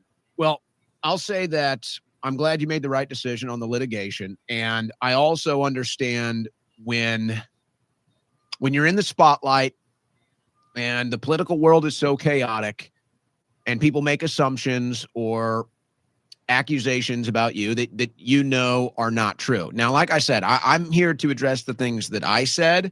So if things that other people said or other people in the January 6th community or whatever, I'm not here to address that. Okay, this is between you and I, and I'm glad that we're able to settle this like men, and this is how it should be. Maybe this is a good example for other people inside the big populist tent right now to maybe, hey, let's have you ever sat down and talked to the person? Have you ever tried that? And by the way, I know that you said when you had said that you'd been messaging me for a while, I just, so I was not ignoring you. I get so many texts, I'm sure you do, from numbers that you've never seen before. So that's what the communication issue was on that. Although I'm still in that kind of back against the wall mode when I was in prison, trying to get the J6 story out of how we were set up and they assaulted us first. That I have a wealth of numbers and contacts that people gave me. So I try to get the message out to everybody. I think I've been messaging you since I was still stuck in the basement of the DC jail. So, I had just... I won't even ask how you got that phone. I don't want to know. Oh, no, well, it depends on which prison you're in. But if you just ask Grok right now, anybody can do it. Our phone's prevalent in federal prison, and it'll tell you a wealth of information of how available they are. The guards make a lot of money off it. So they either come in through a keister or they come in through a guard. Either way, it's not pleasant. What federal facility were you in? So I got moved around a lot, but the only one that I ever got a phone in was Brooklyn, MDC, which is the most dangerous in America. P. Diddy was there. El Chapo's nephew was there. R. Kelly was there. They put all the you're from New York. Is that because you're from New York? They put you yeah. So I'm born and raised in New York, and I lived in Manhattan. And actually, the day I was arrested, I was actually brought to MCC Manhattan, which is where Jeffrey Epstein hung himself. Right before they closed down that prison, then I was transferred, flown out to Oklahoma, then flown over to DC jail. That's like a normal thing they do in the feds. It's called some type of diesel therapy, a torture mechanism where they just cart you around. And so I was dieseled 17 times in my 4 years without a trial. I was never found guilty, and they moved me around. Let me get to that, and I'll address something that you brought up that I'm getting a lot of heat for, which is fine. This is the world we live in, and I'll bring something up that I know you get a lot of heat for too, and maybe this will help explain it. But you gave me a hard time for quote unquote cooperating with the feds. And I've been transparent about this. That's fine. I get it. Smirk it. Okay. Ain't no It smirk is there, true. brother. It is You true. gotta No, no, no, stand. I'm not You gotta trying. stand 10 toes down Hold for on a your second. country. Now, hold on a second. Hold on a second. Let me address this. The deal that I made with the feds, they were trying to put me in jail for multiple years. That's what they were trying to do. They were trying to they were trying to put me in jail for 10 years is what they were trying to do. Now, the struggle tactic that they used against me, and I thought, honestly, when I went in and I turned myself in, I think that they were going to hold me there forever. I kind of went into full, you might say, panic mode and got the best lawyer I could in Austin that knew the court system well to make sure that they didn't hold me forever like they did you. So I think I got bailed out because I had a good lawyer in Austin. Thank you, God. Thank you to the people that supported me that I was able to get that lawyer. I think they might have ended up holding me until my court case like they did with you. But let me just, so you can explain. And if you want to still give me a hard time, that's perfectly fine. They were trying to put me in for 10 years. And they were trying to do this struggle session with me. And I agreed to do what is known as I think it's called a proffer, if I'm pronouncing it correctly, where you basically Jake, let me finish. Let me finish, please. Will you please let me finish here? Yes, sir. So they were trying to get information. That's what they wanted. They thought I had some information that was going to be damning of Donald Trump, or they thought I had some information that was going to be damning of Alex Jones, or maybe even damning of myself. So I said, fine, strip me naked. I said, strip me naked, look through everything, and you'll find that there's nothing there. And that's exactly what they did. That's exactly what they did when they questioned me for a couple hours. That's exactly what they did when they got all the electronic data that they requested. I just stripped down naked and I said, go ahead, search everything you want. And there was nothing there, Jake. Now, the deal was, my only regret, and this is advice for anybody else out there if you're dealing with the feds, any promises they make you, get it in writing. Because if you don't get it in writing, then it doesn't count. They promised that they would not put me in prison. They promised that they would try to convince the judge, they would sway the judge that they do not want to seek prison time. Well, when we got into court, of course, what did they do? They tried to get me 4 months is what they tried to do. So I went through all that. They ended up screwing me anyway. So maybe you're kind of right. You don't cooperate, but I could have spent maybe years if I didn't do that. Now you took a different route. And you said, I'm going to, as you described, I'm going to stand 10 toes tall. And you said, and you decided that you're not going to cooperate at all. And they kept you in prison for. Now, is that an accurate depiction? Because I know there's a lot of questions about that. I know that you're dealing with a lot of heat about why you ended up staying in prison or what that was all about. Is it because you refused to cooperate that they held you? Was it another legal decision that you made? So when you're dealing with a tyrannical regime like the Marxists, Joe Biden, FBI, this deep state apparatus, it is the only possible option for a man to have is to just stand in the face of them and say, you can kill me where I stand. I will not talk to you. I will not cooperate.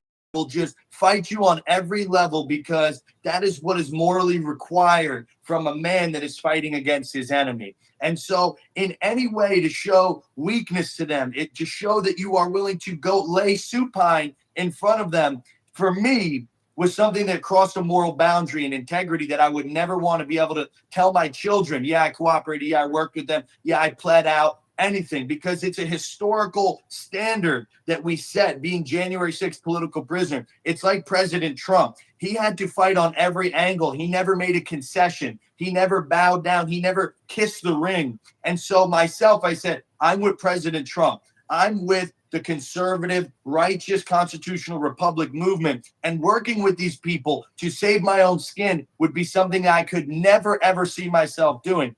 Now, that's what got me in a lot of heat with the other J6 or J6 community because I'm a young man. I was 25 years old when I was arrested. I didn't have a wife and kids at home. So my decisions came purely out of my own ability to sacrifice my time, my life, and all of those things. Other men that I'm with that are great men, great patriots, they had wives and kids at home. Their homes are being foreclosed. Their entire life savings are being wiped out in their bank accounts. They needed to make decisions for those who they love to get home to be able to provide for them. So many took plea deals in that scenario. But I made speeches right when we got to DC jail in front of all the Jan 6ers. The first speech I made was titled No Plea to Tyranny. And it basically mapped out how we have to bog down the court system. We cannot give them an inch We cannot give them any concessions. So some of the men, you know, it ate at them in their conscience in that cell all night. Do I bow down? Do I stand tall? Do I get home to my family quicker to be able to provide and protect them? Or do I just stand in the face of tyranny and say, come what may? And so those are personal decisions, and I'm not going to necessarily, crunch anybody down for and say, you did the wrong thing, you're a coward, this, that, because everybody at the end of the day has their own relationship with God they have to manage. Me personally, no matter what, I decided, let me ride this out. And for years, we rode it out. They tried giving me the very first couple weeks I was arrested. They said if I was able to testify against President Trump in the second impeachment hearing, I would go home. I'd get like a 3-4 year plea deal because I was facing a lot more time than you were. Oh, and I had 13 different felony charges, 8 assault charges. I tried to save a woman's life. They murdered Roseanne Boylan in my arms. I was able to save 2 other men's life. I was in a big, skirmish there with the Capitol murderous Nancy Pelosi stormtrooper police. So, I had a different scenario than you, but I said, you know what, let me just stick it out. I took my case to Supreme Court, which took an extra 2 years in the process because that 1512 obstruction of Congress charge, that 20-year felony charge, that was a big thing on 400 Jan 6ers cases. And President Trump was charged with it. So I maneuvered from the district court. My judge dropped that charge off my case. Then the appellate court overturned my judge's decision. So our only redress then was taking it to Supreme Court. Well, to go from the district court to the appellate court to the Supreme Court, that's over a 2-year-long process. And I had to sit in prison that entire time waiting. Plus, there were other continuances that we had to achieve because they were not giving the exculpatory evidence. The exculpatory evidence, that's evidence that helps exonerate you, that we kept on demanding and requesting from the prosecution was how many undercover agents were there? Did I interact with any? Did any of them pass out a weapon? Were any of them inside the tunnel with me? The prosecutors kept lying, said they had no knowledge of this. Kash Patel then came out recently and told us that, yes, there were 274 undercover agents. And so our grand juries would have needed this information in order to indict us. If, let's say, God forbid, the guy that passed me a riot shield or a baseball bat was an undercover agent, which we actually did end up learning. The man that passed me the baseball bat, Josiah Kenyon, was an avowed Antifa member, and he had made statements to the prosecutors to help get a plea deal saying, I was there to make sure Trump supporters got killed that day. He was there to cause chaos. And he was one that while I was in a state. Hold on, let me just stop you right there because we don't have all the time in the world here. And I know that you're kind of going into some of the territories where I think maybe there's an issue with some other people in the January 6th community or some other things that have been said about you. I don't want to address those things because these are not my issues. These are not the things that I said. So I want to get back to where I want to go with this segment, if you don't mind.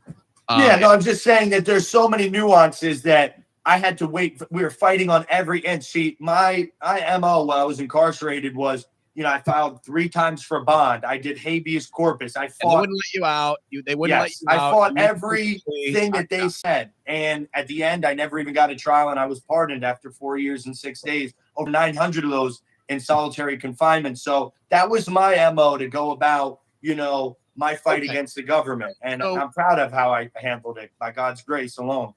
I've got a couple more topical things that if I have time, I'll ask you. But this is where I guess, me and you are on a different page right now. And I'm not even here to say who's on the right page or the wrong page. I think that just you and I are on a different page right now. And so I get where you're coming from. You've made your message here pretty passionately and eloquently. I just think that the temperature and the focus needs to be directed at this administration. I mean, I don't know about you. I'm not happy with this administration right now. I look at all the sacrifices that I've made since 2015 to support Donald Trump. And I'm looking at this thing now and I'm like, I've been tossed overboard. And I've been told I'm not wanted and I'm not needed. And so, okay, fine. I mean, I don't take it personally, but I don't like the way this administration is going. So I want to direct raising the temperature at this administration. And we could look at a bunch of different issues. But I just look at justice for January 6ers. So I'll just ask you point blank, do you think this administration has addressed justice for January 6ers, or do you think they have fallen short? President Trump saved my life. President Trump saved this nation. He has been fighting a 100 front war, and he's still fighting for Tina Peters. He's fighting for all of us. We're talking about the difference. In my heart, I have a heart of gratitude, thinking of the unbelievable dystopian nightmare that we'd be living under with Kamala Harris. I'd be in prison for the next 30 years. No joke. That's the exact number that I would have been in prison for. And so you're talking about somebody that's been like literally dug out of a grave and then, been handed a new chance at life. So I have obviously a skewed opinion. Do I want to see mass arrests, political arrests on treasonous traitors? That's the only thing that I think that we're falling. I want to see many more deportations, but Donald Trump, a lot of his Truth Social posts, he's there trying to push the agenda. He's like literally addressed Pam Bondi on Truth Social, like make arrests. And so I think that there is some grease or some dirty grease in the cogs of justice there that's slowing down that process. And Pam Bondi and Kash Patel and some of these other people need to clear out the deep state infiltrators inside these different agencies that are holding up reparations for the January 6ers, that are holding up the mass arrests of Liz Cheney and Benny Thompson and Adam Kinzinger and Adam Schiff, all these people that, literally conspired against we, the American people, and our constitutional rights to try to destroy us. We need repercussions for their evil actions, or we will then show the next people that decide to rise up in their stead that evil can be done without any justice. And that's why the standard must be set. We need raids on their homes. We need their electronic devices. We need their communications on Twitter. We need all the kit and caboodle to be able to build the most massive mass arrests on the Democrat Party regime, the Marxist usurpers, because if that doesn't happen, we won't have a country. So yes, I'm here to encourage the administration. That's why I'm out on the streets. You saw the effectual transpiring of actual activism happen from Dearborn. President Trump 2 days, 3 days later, literally sounded like he was next up in line in that Dearborn speech I made about in 1900, white people were 30% of the world population. Now we're 7%. And I went off into a litany of reasons why white people are disappearing in Europe and America, and how Islamification is a part of that. President Trump basically took that same tone, that same rhetoric, and said we need to denaturalize these people if they don't add value to the American way of life, even if they're green card holders or even if they're anchor babies, they're going home. So I believe pushing the administration through activism, through virality, and showing the American people stand behind some of these decisions is really how you influence getting the administration to push more deportations. And now the question begs, what's the level of activism? What's the level of organization that we're going to do in order to push them to make those arrests that we need on the Democrat traitors that sold our country out to foreign adversaries and destroyed my life and many other lives? So what can we do instead of complain about it? How can we take to the streets, take to activism, push the culture towards that end so that the Trump administration must listen to we the people? That's my goal. That's why I do what I do. Instead of complaining about it and podcasting about it, I say, how can I be the change that I want to see the Trump administration make? So that's what I decided to do with my freedom. And that's why I think people are very excited to join in on the December 13th Epic City, Texas March. We're going to the Muslim-only city in Epic City, Texas, which is that huge new construction project. It's like 500 acres or something of like this Muslim Sharia law paradise. We will be outside there doing a march on the largest mosque in Texas, which is called the Epic Mosque in Plano, Texas, 1 p.m. Central on December 13th. The Christian Crusade will be there, and I expect all my American Patriot friends to be there as well, to stand with me so that we can continue to shape the culture, to make the changes, and to affect President Trump to be able to actually do what he set out and what we voted for him to do. So that's my way of tackling the issues. And everybody has their place, but I decided let's make the change. Let's be the change. Let's push the agenda. Let's push the envelope. And I think it's working for the most part. I'll come back to that, and I know you got some other Allah. What are you talking about, Allah? Owen. That's all right. That's pretty good. I will come back to that, and I know you've got some other events coming up. I gotta say though, your answer there, I mean, spoken like a true politician, and I think you are planning to run for office. So you've got the political answer down. I'll give you credit for that. Whether that's good or bad, I guess people can decide for themselves. Let me just ask you. Let me just ask you some just yes or no questions in response to some of the things you just said. If that's okay, could you just give me a short answer on this? That's going to be very difficult for me, but I'll try my best. Just try your best. I got to put it out there so at least you can think about short answer. Do you think we should ban Islam in the United States of America? 100%. I don't consider it a religion. I consider it a political ideology masked in a religion. Though that's why I consider it. I consider it a dominant political ideology. Okay, so you don't think that's a First Amendment violation to say you can't? No, because it's an insidious, dominating political ideology that has literally. I mean, you look at the scholars; everybody has it on their X feed. They're talking about Islam will enter every household, and by the sword we will conquer the West. It's like, do you think that represents the average Muslim, though? I think that the tendencies for Muslims to fall into the sheep herd mentality and follow along with their imams or congregation and not stand up against the oppressive Sharia law. And we don't have to, make guesses. Look at every 53 majority Muslim countries and look how totalitarian, oppressive they are. So we don't have to make guesses about what the average Muslim believes. Just look at the way they live in the desert of Arabia there and tell me if that's the way you want to live. And look at how they've changed the makeup of Berlin, of Rome, of Paris, of London. It's unrecognizable. So I don't have to surmise or make guesses or whatnot. I can just look at what the evidence is in Europe and in the Middle East and say, hell no, not in America. So yeah, ban Islam and deport them all. Now you realize that anybody can convert to Islam, right? There's white people can become Islam. I'm sure when you were in prison, you saw a bunch of Islamic converts too. So, I mean, I get where you're coming from. I don't know if I could say I agree because I do think you're kind of getting into First Amendment issue here. I think you're kind of getting into First Amendment territory. And I think if you want to start to talk about religions and ethno-states, then I don't think you can stop with Islam. I think that's kind of the problem. I think if you're going to go with Islam. No, you're 100% right. You start with Islam, then we start to get rid of all the other invaders and save our country.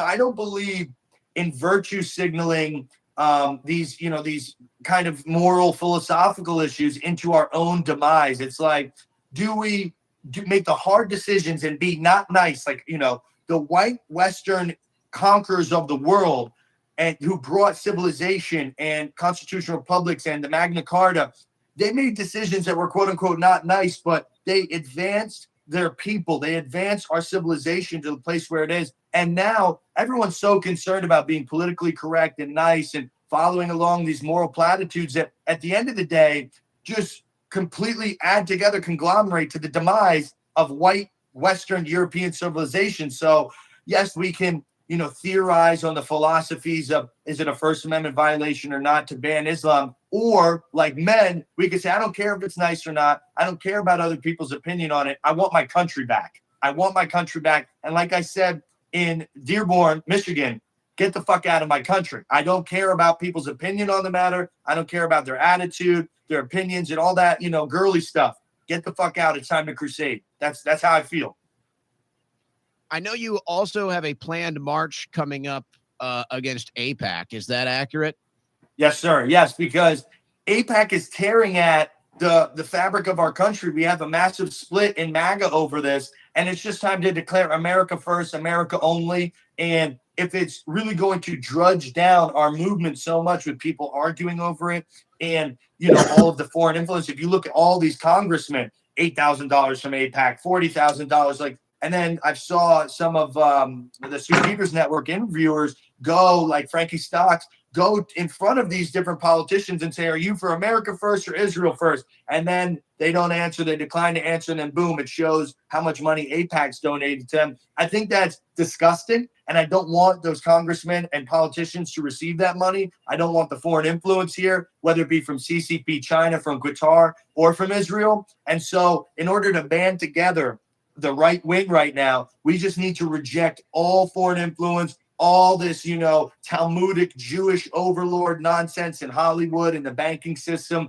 all the Qataris trying to turn us against each other and pay right-wing influencers to just create a circling firing squad. We need to stand up for the interests of white Christian Americans, and that's who we are, and that's who we need to protect the interests of. So screw them all, send them back to the desert. Let's save our country, save Western civilization. That's my outlook on it. I think that's the only way to move forward instead of kind of splitting hairs on Israel and Palestine and all that. I don't care. I don't care about what happens over there. I care about America and America first and America only. And that's the only way forward for our country and for the right wing to really conglomerate instead of shooting each other over issues that really don't matter for our everyday lives and change the demographics of our country. We need to save our country from becoming a brown cesspool of invaders that don't share the same values that made our country great to begin with. So that's how I feel. And that's why, I've come out drastically against AIPAC, against all these different, foreigners that have nothing to do with, the future of my children's children. So, 100%. January 4th, we will be outside AIPAC's headquarters in Washington, D.C. for a march, a press conference, and basically declaring, we don't want you in our country, AIPAC. Pick up, leave, shout, get the fuck out. We don't want you here, just like we told the Muslims. So this is the unifying message we need to save our country, or else by 2040, white people and white children will be a super minority in our country, and it'll turn into the Middle East and these third world shitholes. We won't have a country. So it's time to kind of put differences aside on these issues and get behind the Christian crusade and take back white America, because we won't have a country. It's very simple. It's not racist. It's just we deserve the right to self-determination in this country.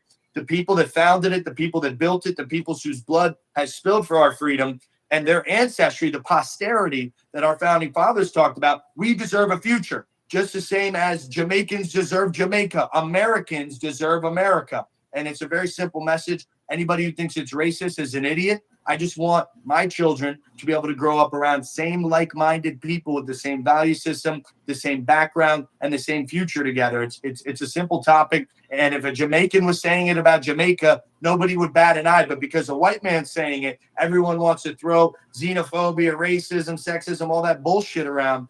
It's just simple. We deserve a future, and we're willing to fight for our future. Look at us, a couple of minorities talking politics in America. All right, so you addressed your Epic Center March coming up. You addressed your AIPAC March early next year, January 4th, and then you're going to do a January 6th March. If I have the information correct, you're also going to do a January 6th March. What is the message with that? Is there a goal with that? Is it just an exercise of saying, hey, we're not going to be stopped from marching, or is there more of a directional agenda as far as what you might want as an outcome for a January 6th March? So hundreds of J6ers are going to be at the United States Capitol on January 6th, marching from the Ellipse to the Capitol as a remembrance of the patriots who lost their lives: Ashley Babbitt, Roseanne Boylan, Kevin Greason, Benjamin Phillips, 4 unarmed patriots that died defending this country from a coup d'etat from Biden and the Democrats. So we're going to be memorializing them. And then we're going to be going over to the White House with a big banner that says, "Thank you, President Trump, for pardoning us." So we're just going to be celebrating our freedom. It's not going to be like, some type of march against anything. This is more of just remembering the patriots who sacrificed the ultimate sacrifice for our country, and thanking President Trump, and maybe even, trying to push the agenda a little bit, like, hey, restitution is needed. We had people that lost their family-owned businesses that have been passed down for generations, and people had their rights. I mean, there's still some J6ers that haven't been pardoned. The Proud Boys, the Oath Keepers are going to be advocating for their full pardons, and we're going to be pushing the agenda saying, hello, President Trump, don't leave us high and dry. We fought for our country. The Democrats destroyed our lives, and most of us lost everything in the process: life savings, homes, cars, repoed. So we're going to be asking for our lawsuits, which are pending, for an amicable resolution with them, with the DOJ. Don't fight us on it. Let's find a number, reasonable number, to restore the lives of these great American patriots who suffered years in solitary for our country. So that's the goal behind the protest, is just to raise awareness for the J6ers and to thank President Trump for freeing us, and hopefully get our restitution and our just desserts for the torture that we were put at the hands, by the hands of the federal government. So it's gonna be a great day. There's gonna be all the people I love the most in the world, my J6 brothers, all gonna be back together. We're gonna be hanging out, go to a nice dinner, thank President Trump, and I believe, this is my belief, Owen, because President Trump is the man that he is. He's the greatest showman on earth. I believe he's going to be making a very substantial announcement regarding January 6th and the future of the investigation, to find out who's behind it, what the J6 Select Committee did in obfuscating the truth, the leading evidence, witness tampering, the restitution, and the pardons. I hope President Trump covers all of them in some type of announcement on January 6th and puts rubber to the road in making whole our lives that are broken. So fingers crossed and prayers up to Jesus for that one, because I believe President Trump is that kind of man, and I still trust in him that he's going to fix everything that's broken with our situation. So I'm praying that God moves on his heart to fix our lives that have been broken. So that's going to be a great day. Well, I've been pretty critical of this administration, but I've always said that I will never regret voting for Trump because of the pardoning and releasing the political prisoners. I will never regret that. And I guess I'll complain as I see fit, I suppose. But that will always be worth it as far as I'm concerned. Just that action alone is always going to be worth it for me. Voting for Trump. And obviously, I mean, anybody can say it's Harris. So that's not saying too much, though. Well, I'll tell you this, Jake. I think that I'd love to see your January 6th march manifest into something special. I really would. And, I try to be a mediator a lot. I tend to get along with everybody, even people that I've maybe had issues with in the past, or, maybe differences in the past. I try to mediate. I try to bring together. I try to, at least the people that want to operate in good faith, give everybody a chance to come together. And anytime I address something on this show or someone on this show and they want to respond, I'll always offer them the platform as we've mutually agreed to here. So I can't speak for the entire January 6th community. I know that there's certain rifts, we might say, inside of the community right now. And maybe in this short period of time, maybe I'll try to put forth an effort. I'll try to figure out what we can do to try to bridge these divides and maybe try to get a better turnout or as best a turnout as possible. And maybe it's what's needed to be done to get some action from the White House or to get some attention on this matter. I am curious about the AIPAC march. Obviously, AIPAC, I've been very outspoken about that issue. The thing in the Epic City in Texas, that's going to be an interesting one. Let's see how that one goes. And by the way, Greg Abbott down here, he talks a big game. He doesn't do anything. He's not going to do a damn thing. Oh yeah, they're handing out money left and right to help build new mosques. And so when the government fails, you got to take action and it's like a man. So I don't want to see Texas Islamified.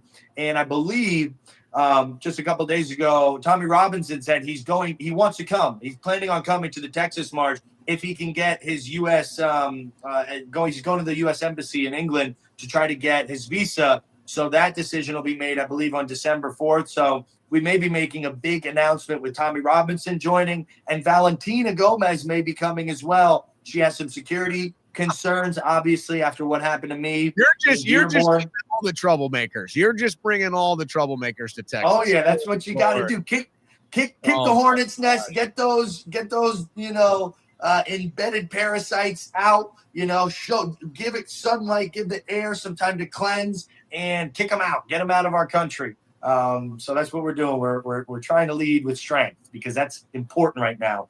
People don't have strong role models to look up to. The young white men in this country are, they're told to worship Kobe Bryant and LeBron James and all these black athletes and stuff that are morally repugnant. And there's no strong white men to look up to. So let's get out there and show them who we are and what we're made of and why our founding fathers and our country has been so successful. It's built on our backs, built on the strength of white Christian Europeans. So let's be proud of our heritage. Let's be proud of, our country and get out the invaders. It's very simple. All right. Jake Lang, thanks for coming on. We'll be in touch.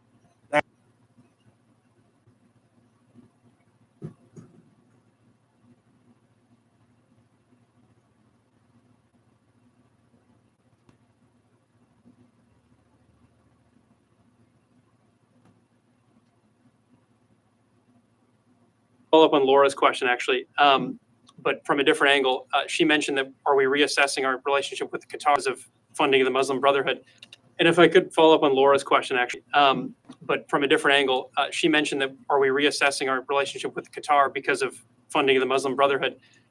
It's been widely documented in mainstream Israeli papers that the Israeli government funded Hamas, which we also designate as a terrorist organization. Are we therefore reassessing our relationship with Israel because of this? That would be a better question for the State Department, as they're the ones who have those foreign diplomatic channels. And if I could follow up on Laura's question.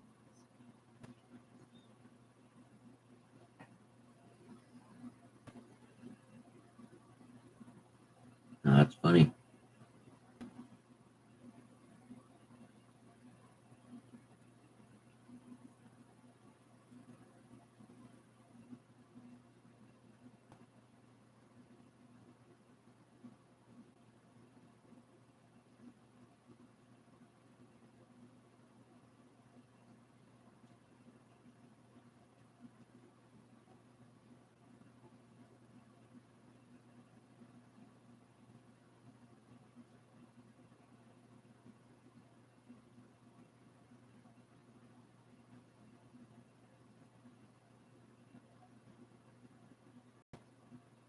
Seen flying 90.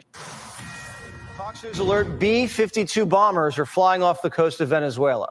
Trump's not bluffing.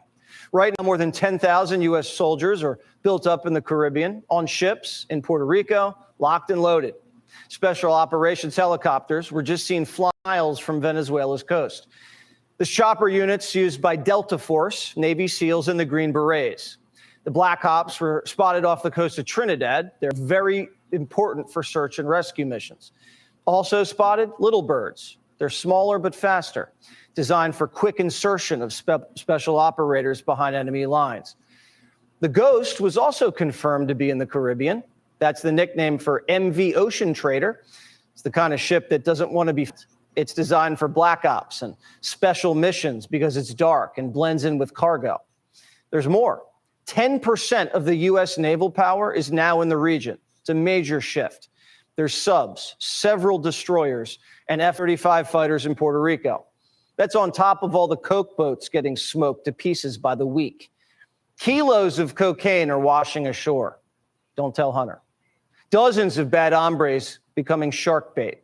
It's got Maduro's attention. He's the dictator of the narco state, a very bad hombre, and we just doubled the bounty on his head. It's now 50 mil. According to the New York Times, Maduro offered us a dominant stake in Venezuela's oil, gold, and mineral wealth and promised ties with Russia and China. And Trump and Rubio said no. That tells me the gunboat diplomacy is going to end up with no Maduro and a Venezuela aligned with us, not Putin or Xi. American action in Latin America hasn't always ended well. Look at the Bay of Pigs. Other times, it's a piece of cake. It's our backyard. And Trump's just reestablishing the Monroe Doctrine, a.k.a. the Donroe Doctrine. Hopefully, a Venezuelan general does the right thing and collects the $50 million bounty.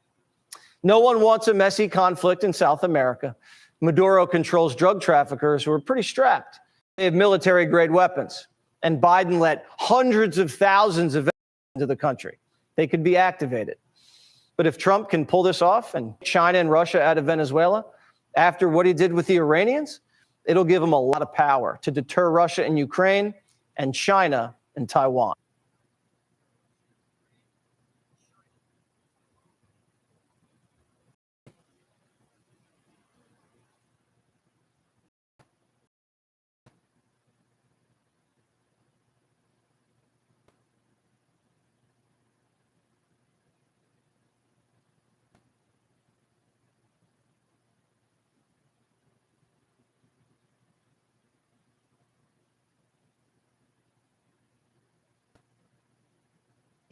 A Lutheran church. You can see inside of this town of St. Cloud. This is one of the many Islamic centers here. This is a mosque here, but something that's super interesting about this mosque right here, it actually used to be a Lutheran church. You can see right here on the backdrop of this wall right here, this used to be a Lutheran church. So that just shows how much of the population has shifted from Christian to Muslim as far as the people in the population here inside of this town, as this used to be a Lutheran church. Now it's an Islamic mosque. So right here is the St. Cloud University, and we were just at that mosque right there. And then if you go another block over, there's another mosque. And then what's interesting is right next to this mosque right here, there's a Presbyterian church. So you have two churches right next to each other, one worshiping Allah and the other worshiping God.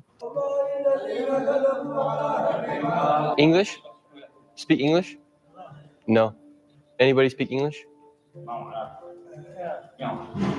How are you? Good. Good. How would you describe the rise of Islam here inside of Minnesota, or inside of St. Cloud? We have talked to. It's coming. And are you from Somalia? Yes. And what year did you come here? Come here at 1990. What's attracting a lot of people to convert to Islam? I don't really have much knowledge on that, but basically human life process and all that, like what's going on around the world and stuff. I think something like that. And do the people here in Minnesota, are they very receptive to Islam here? It depends, I guess. I don't know. I'm not sure. And how long have you lived here for? 8 years. 8 years? And where are you from? Somalia, Mogadishu. And why are a lot of Somalians choosing to come here to Minnesota? Different reasons, family, wages, a lot of different reasons.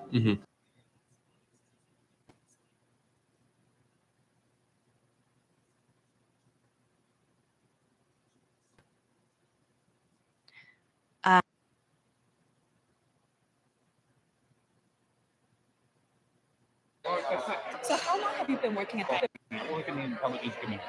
I work at the CIA. I do cyber operations. I've been doing it for a long time. So how long have you been working at the CIA? Since 2008. Okay. I've also worked at NSA too. And then I have a TS-SCI full-skill polygraph.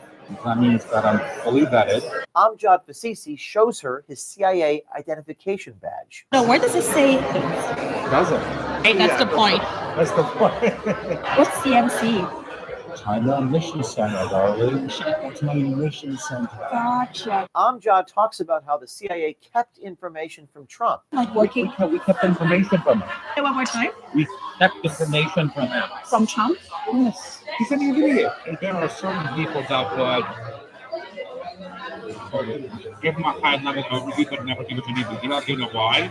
It's called leak those details. Amjad Fasisi states that higher-ups within the intel community, including CIA directors Mike Pompeo and Gina Haspel, and the upper levels of their staffs colluded to withhold information from sitting President Trump. So the agencies kind of like all got together and said, we're not going to tell Trump. The higher-ups. The higher-ups. We put it this way, the executive staff, we're talking about the director and his subordinates. Like what titles are they? They're Director of the CIA. director of the CIA will keep.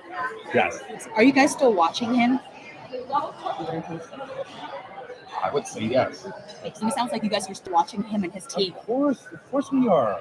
Nothing goes by without somebody watching. Amjad Fasisi also states as fact that Trump is under constant surveillance and even claims they are spying on his ex-wife. And we also have people that monitor his life. So you guys had human sources. How do you think we get information? Like wiretapping? Is that Steal it.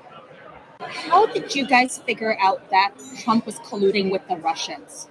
Did you guys use... It's a human intelligence. So the intel community was able to use FISA to spy on Trump and his team. And that's how we found out that he was colluding with the Russians. Was it the CIA or the NSA that spied on Trump? So it should be all of them. So you're saying that your agency, CIA. A lot of the agencies, he's not going to get reelected again. I've done the math. That's impossible. We have a choice here. Do we want our democracy or do we want some fucking madman who wants to be a dictator? Does it say the CIA on LinkedIn? No, we can't do that. And then I worked at NSA for a year. Okay. And I was doing some really cool cyber stuff, which I cannot tell you about. To the Office of Director of National Intelligence. So I helped them stand their insider threat program. They trusted me to set that up. Just I'm telling you. I don't have anyone to tell. Yeah. This conversation didn't happen tonight. Of course. I get strictly denied. Yeah.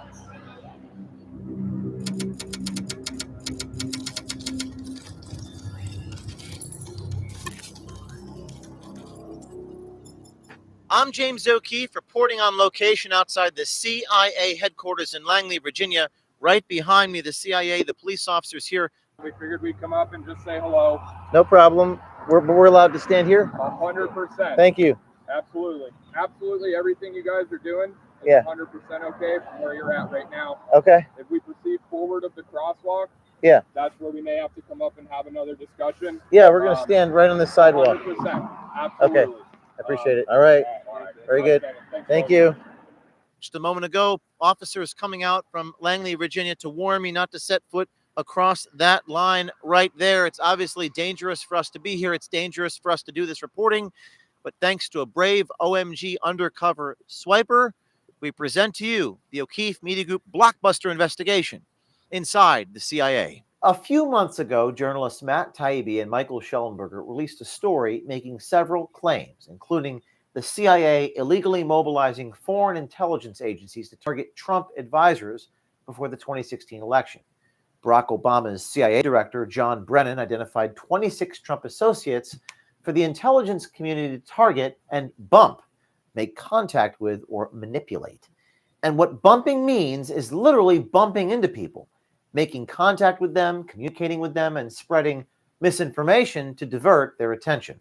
The U.S. intelligence community also asked its foreign allies, United Kingdom, Australia, Italy, and the Israeli Mossad, to target these 26 members of Trump's team going all the way back to March of 2016, well before the 2016 presidential election. Multiple instances that the U.S. intelligence officials likely broke laws against spying and election interference. Former CIA Director Gina Haspel blocked the release of a binder that included evidence that may have identified her role in the Trump-Russia collusion hoax. This activity was illegal, both because U.S. law prohibits such intelligence gathering unless authorized by a Foreign Intelligence Surveillance Act, that's FISA warrant, and because the weaponization of the intelligence community for political purposes constitutes election interference. The first of the intelligence community's surveillance targets appeared to be a former Defense Intelligence Agency, that's DIA head, and would-be Trump National Security Advisor Michael Flynn.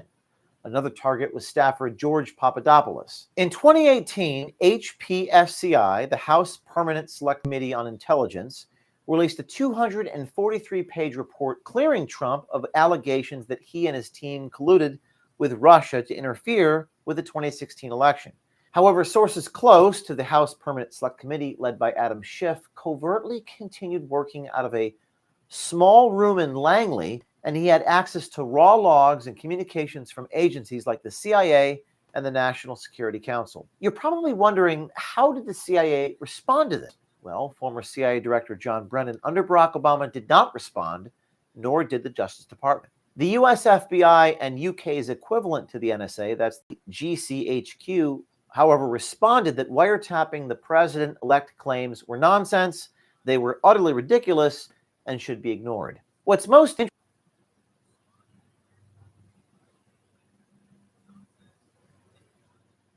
Thanks for watching, everybody. Have a great day.